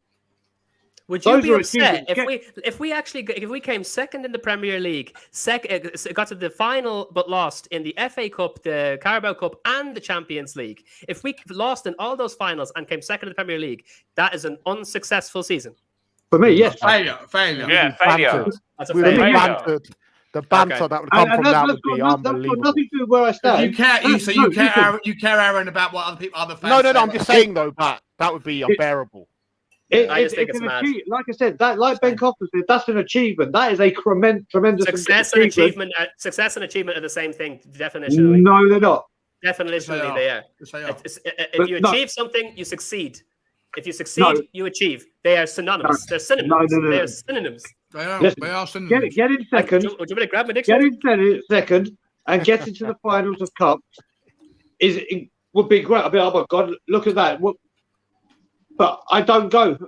Please God, when I have a kid, or I tell my nephews, I'm not going to go. Let me tell you about when we lost finals. No, I would just tell my kids. Let me tell you about the glorious, mighty Tottenham Hotspur who stick it to absolutely everybody, in spite of the fact that we don't win everybody. 100%. Sticking it to everyone. A team that had to survive amongst oil money. We had to survive against oil money, against asthma inhalers. That you took it to it. You're telling them about a team that's kid to everyone, but we lost 3 finals. Last season, we stuck it to everyone except for Liverpool, City, and Chelsea. We stuck it to not all everybody, of them. then, is it? But that's my point, Kurt. That's not everyone. That's my point. We're not at the level yet where we can stick it to Will you tell literally your every children? single person. Adam, will you tell your children? Will you tell your children? Will you tell your children about the game after we beat Man City when we went to the mighty Turf Moor and lost 1-0 to Burnley? I'll tell my kids about everything, every last detail, Oh. and they'll still be talking about Today I want to talk to you about losing 1-0 to Burnley. You'll sit them down and have a conversation. When they say to you, tell me about Spurs, one of the things you want to tell them is about the 1-0 is about the 1-0 defeat to Burnley, or would you want to tell them before about the 3-2 to Manchester City or the 3-2 to Leicester? I love or the 3-0 against Arsenal so much that I will sit my kids down in front of the All or Nothing documentary with Mourinho's first season, and I will say, look at this, right? I want you to look at this and look at the team that went from this, and I want you to sit here and learn to love every single last one of these players the way that I do. And then let me tell you about the story of the next season and the next season and the next season. It doesn't matter that season was a failure and that Mourinho let us down and that Levy let us down that season and all these other things. I will let them know every last detail about the club that I love and hope that they will grow up bleeding for the jersey the way I do. That's not what I asked. Adam, why do you call it all or nothing and not just punching your weight or towing the line? I don't care what they call it. I don't care what they call it. I'm defining success as achieving a set goal, and our goal is not to win the Premier League. It's just so easy. Why is it not so easy for you guys to sit down and just fucking say, I demand this, I demand that. It's not demanding though, because we pay like the highest ticket prices in the country. It doesn't matter. That doesn't entitle you to anything. Yes, it doesn't. I'll disagree there. So all Southampton have to do to demand a Premier League is to charge more than us for seats. It's such a if they start doing that, they should bloody well expect better things. Yeah, that's so ludicrous. Adam, if you pay for Sky Sports and you don't get it, are you happy? If I do what? Sorry. If you have a Sky subscription and you pay for Sky Sports and everything, you're not paying for a trophy, Brian. You're not paying for a trophy. You're paying for a service, not for success. You're not paying for success. You're paying for a service. When you are charged the highest amount of everything, that means you are bringing the most in. Why doesn't Manchester City? If your goal is to get Sky TV, why doesn't Manchester City charge the highest price in the season ticket world? My goal. Hang on, Brian. Why doesn't Manchester City? If you think that your price, but Manchester City don't beg, borrow, and steal and lie to their fans that they have done. They don't have any fans. What they do is they invest their own fucking wealth. How they get it is not the discussion. It's not the discussion. By your rationale, Tottenham should charge nothing for it. They should give away shirts for free. They should give away burgers for free. Give away beers for free. Let everyone come to the stadium for free, and at the same time be able to generate enough money to be able to play for the Sean, don't start returning back to patronising, Sean. Don't start returning back to that dude because that's the dude that we. No, you are patronising. You are. It's not. I'm summarising. You know you are. No, I'm not. You're saying that because we charge the highest, we should therefore generate the best. That's not how it works, bro. No, but you should be striving for it and be able to afford it. We are striving for it. We're striving for it. Our objective wasn't to win the league. Striving for it now. That's all. Whether we get it or not, we do not know. Correct? We can't say that our objective is to win the Premier League until we have a better team than Man City or Liverpool. We have to have a better team than Man City or Liverpool to say that our objective is winning the league. Otherwise, it's a fluke. Leicester was a fluke, right? So do you reckon Antonio Conte sitting there right now and go, let's go for third, boys. Let's aim high. I would say... No! No, he's definitely not saying that. Because that's Arsenal bang average. Arteta. And I also, if you were to ask Antonio Conte, were to ask Antonio Conte whether last season was a failure, I don't think he would say yes. He would say it was a success because we boxed above our weight last season. I think he'd say it was a success. Yeah, listen, lads, when we had a team that was filled with people like Aaron Lennon, Teddy Sheringham, Gareth Bale when he just started and he wasn't even performing all that well, I still loved that squad, and for me, it was still a case of. So did everyone here, Adam? Me considering glory to be the way we played. I loved watching us even when we lost. There's so much more to football than winning a trophy. I'm sorry, and you're setting you yourselves up for enjoy misery. watching us lose, is what you just said. No. There were games. Now who's patronising? I said, is that what you said? I asked him to clarify. I didn't summarize. No, you summarized. You summarized in the opposite of what he was saying. No. There have been times where we have not been. Be consistent, bro. There are times that we've got like 7th or 8th in the league, and I was still proud to be a Spurs fan because of the way we played. I loved some of the performances. Just to watch Aaron Lennon and Teddy Sheringham and loads of these other players, who I loved at the time, perform at a level where it was like they may be proud to put on the shirt. That was also glorious for me. We're not arguing about our love for the club. We won a cup back then as well. Yeah, we're not arguing about the love for our club. We all love our club, right? We are just saying that. No, I'm not just saying the love. I'm saying I'm defining what glory is. I mean, yeah, that's the thing is that how you define how you feel about how the club's been run, how the direction of the club is going, right? It's how you feel. How we feel about how the club is being run and how the club should be going forward to, that's how we feel. At the moment now, what we are saying is very simple, right? Like you said, we are the DB outer, right? I'm not saying show me the success. I'm just saying that we are quiet now and we are playing a game of wait and see. Correct? That's what you're saying. Most people are saying trophies are success. The whole argument was trophies are success. That was the argument. And that's the argument that's being made by most of the panel. Well, the actual argument was the whole thing. The whole thing from 3 weeks ago wasn't about success. It was about what failure is. Let's just remind everyone. This whole debate started with not what success looks like, but what failure. Yeah, but the problem is that every time when you talk about success and failure, you start with success. If you start the sentence with how do we define failure, then that's what I've been trying to do. Yeah. And people that are on the league outside have said they define failure as not winning a trophy, which I think I don't like this. I don't like this narrative. I don't like this narrative. I'm never trying to change anyone's opinion. I'm just giving my opinion. I don't like this narrative of Levy out and Levy in. I don't like this narrative. I don't like it. I don't like it. We're on a carousel of subjects. No, but I don't like it because the only thing is though, because I've got respect for Brian. I've got respect for Brian because the fact is, I love Brian. Yeah, Brian's amazing. No, I've got to respect Brian because I didn't put my hand up because I don't see any alternative. That's the only thing. But I say out respect to this guy that does what he says what he's going to do when he goes to the country and actually for does all I know, the fact that Brian was camping outside our training ground again and again and again and again is the reason that Levy changed his mind. For all I know, I'm 100% behind Brian. I mean, whether it happened, whether he done it or not, he did it and said what he said he was going to do, and that for me has got more respect.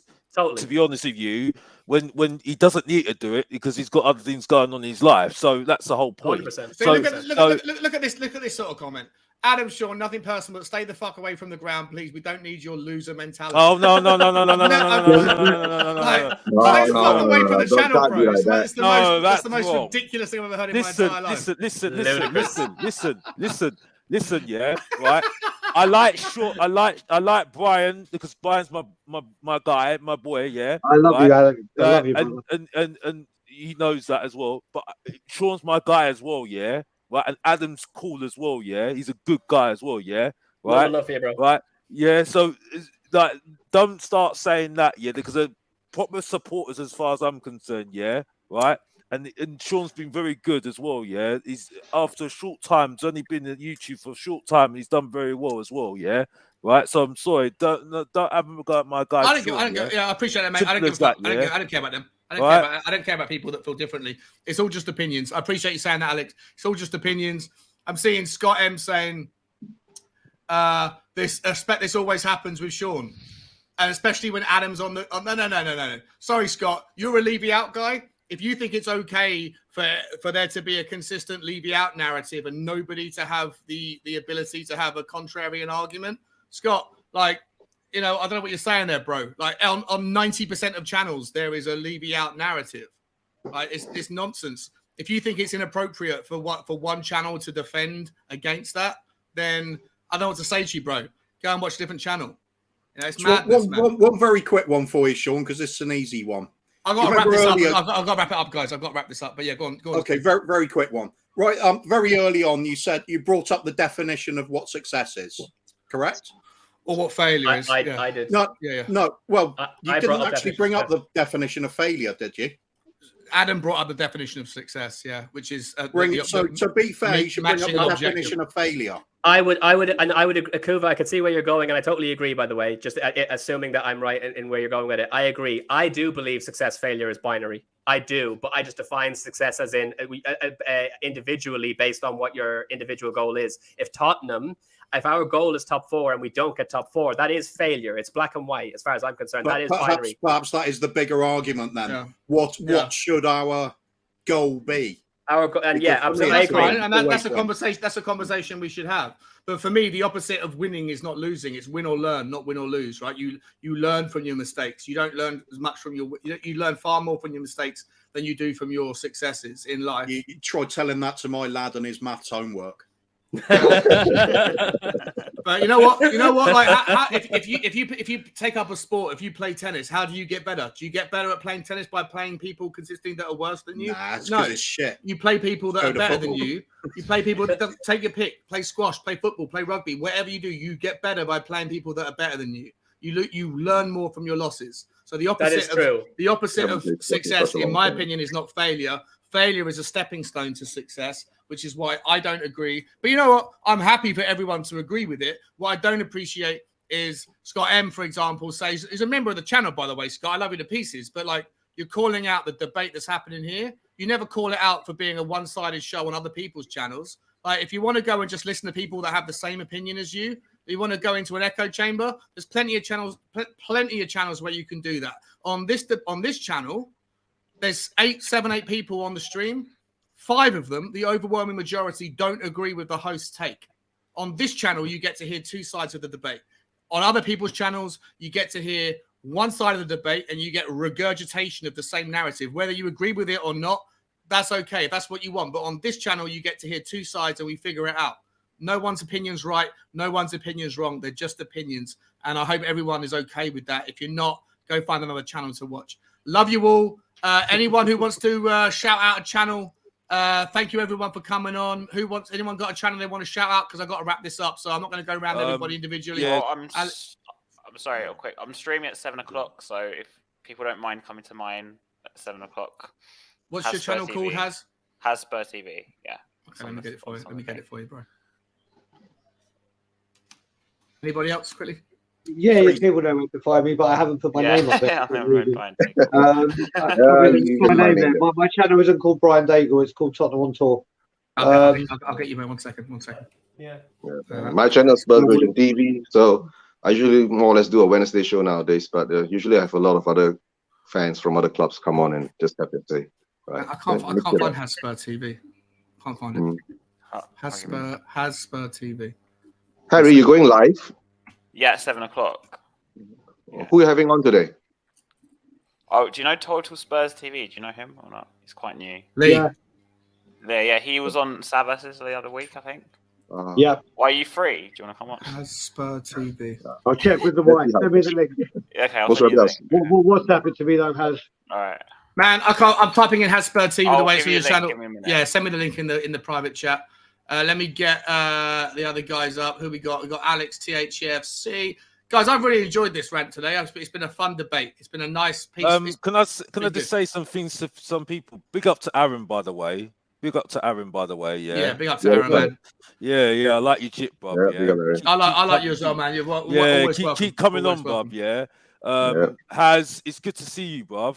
It's good to see you, man. You know what I mean? Sorry, Aaron, man. You out like it got out of hand with a certain debate, bro. But you're always welcome on this channel. That's cool. No, that's cool. It's weird because I feel like I'm talking to a bunch of celebrities. Like it's mad. Because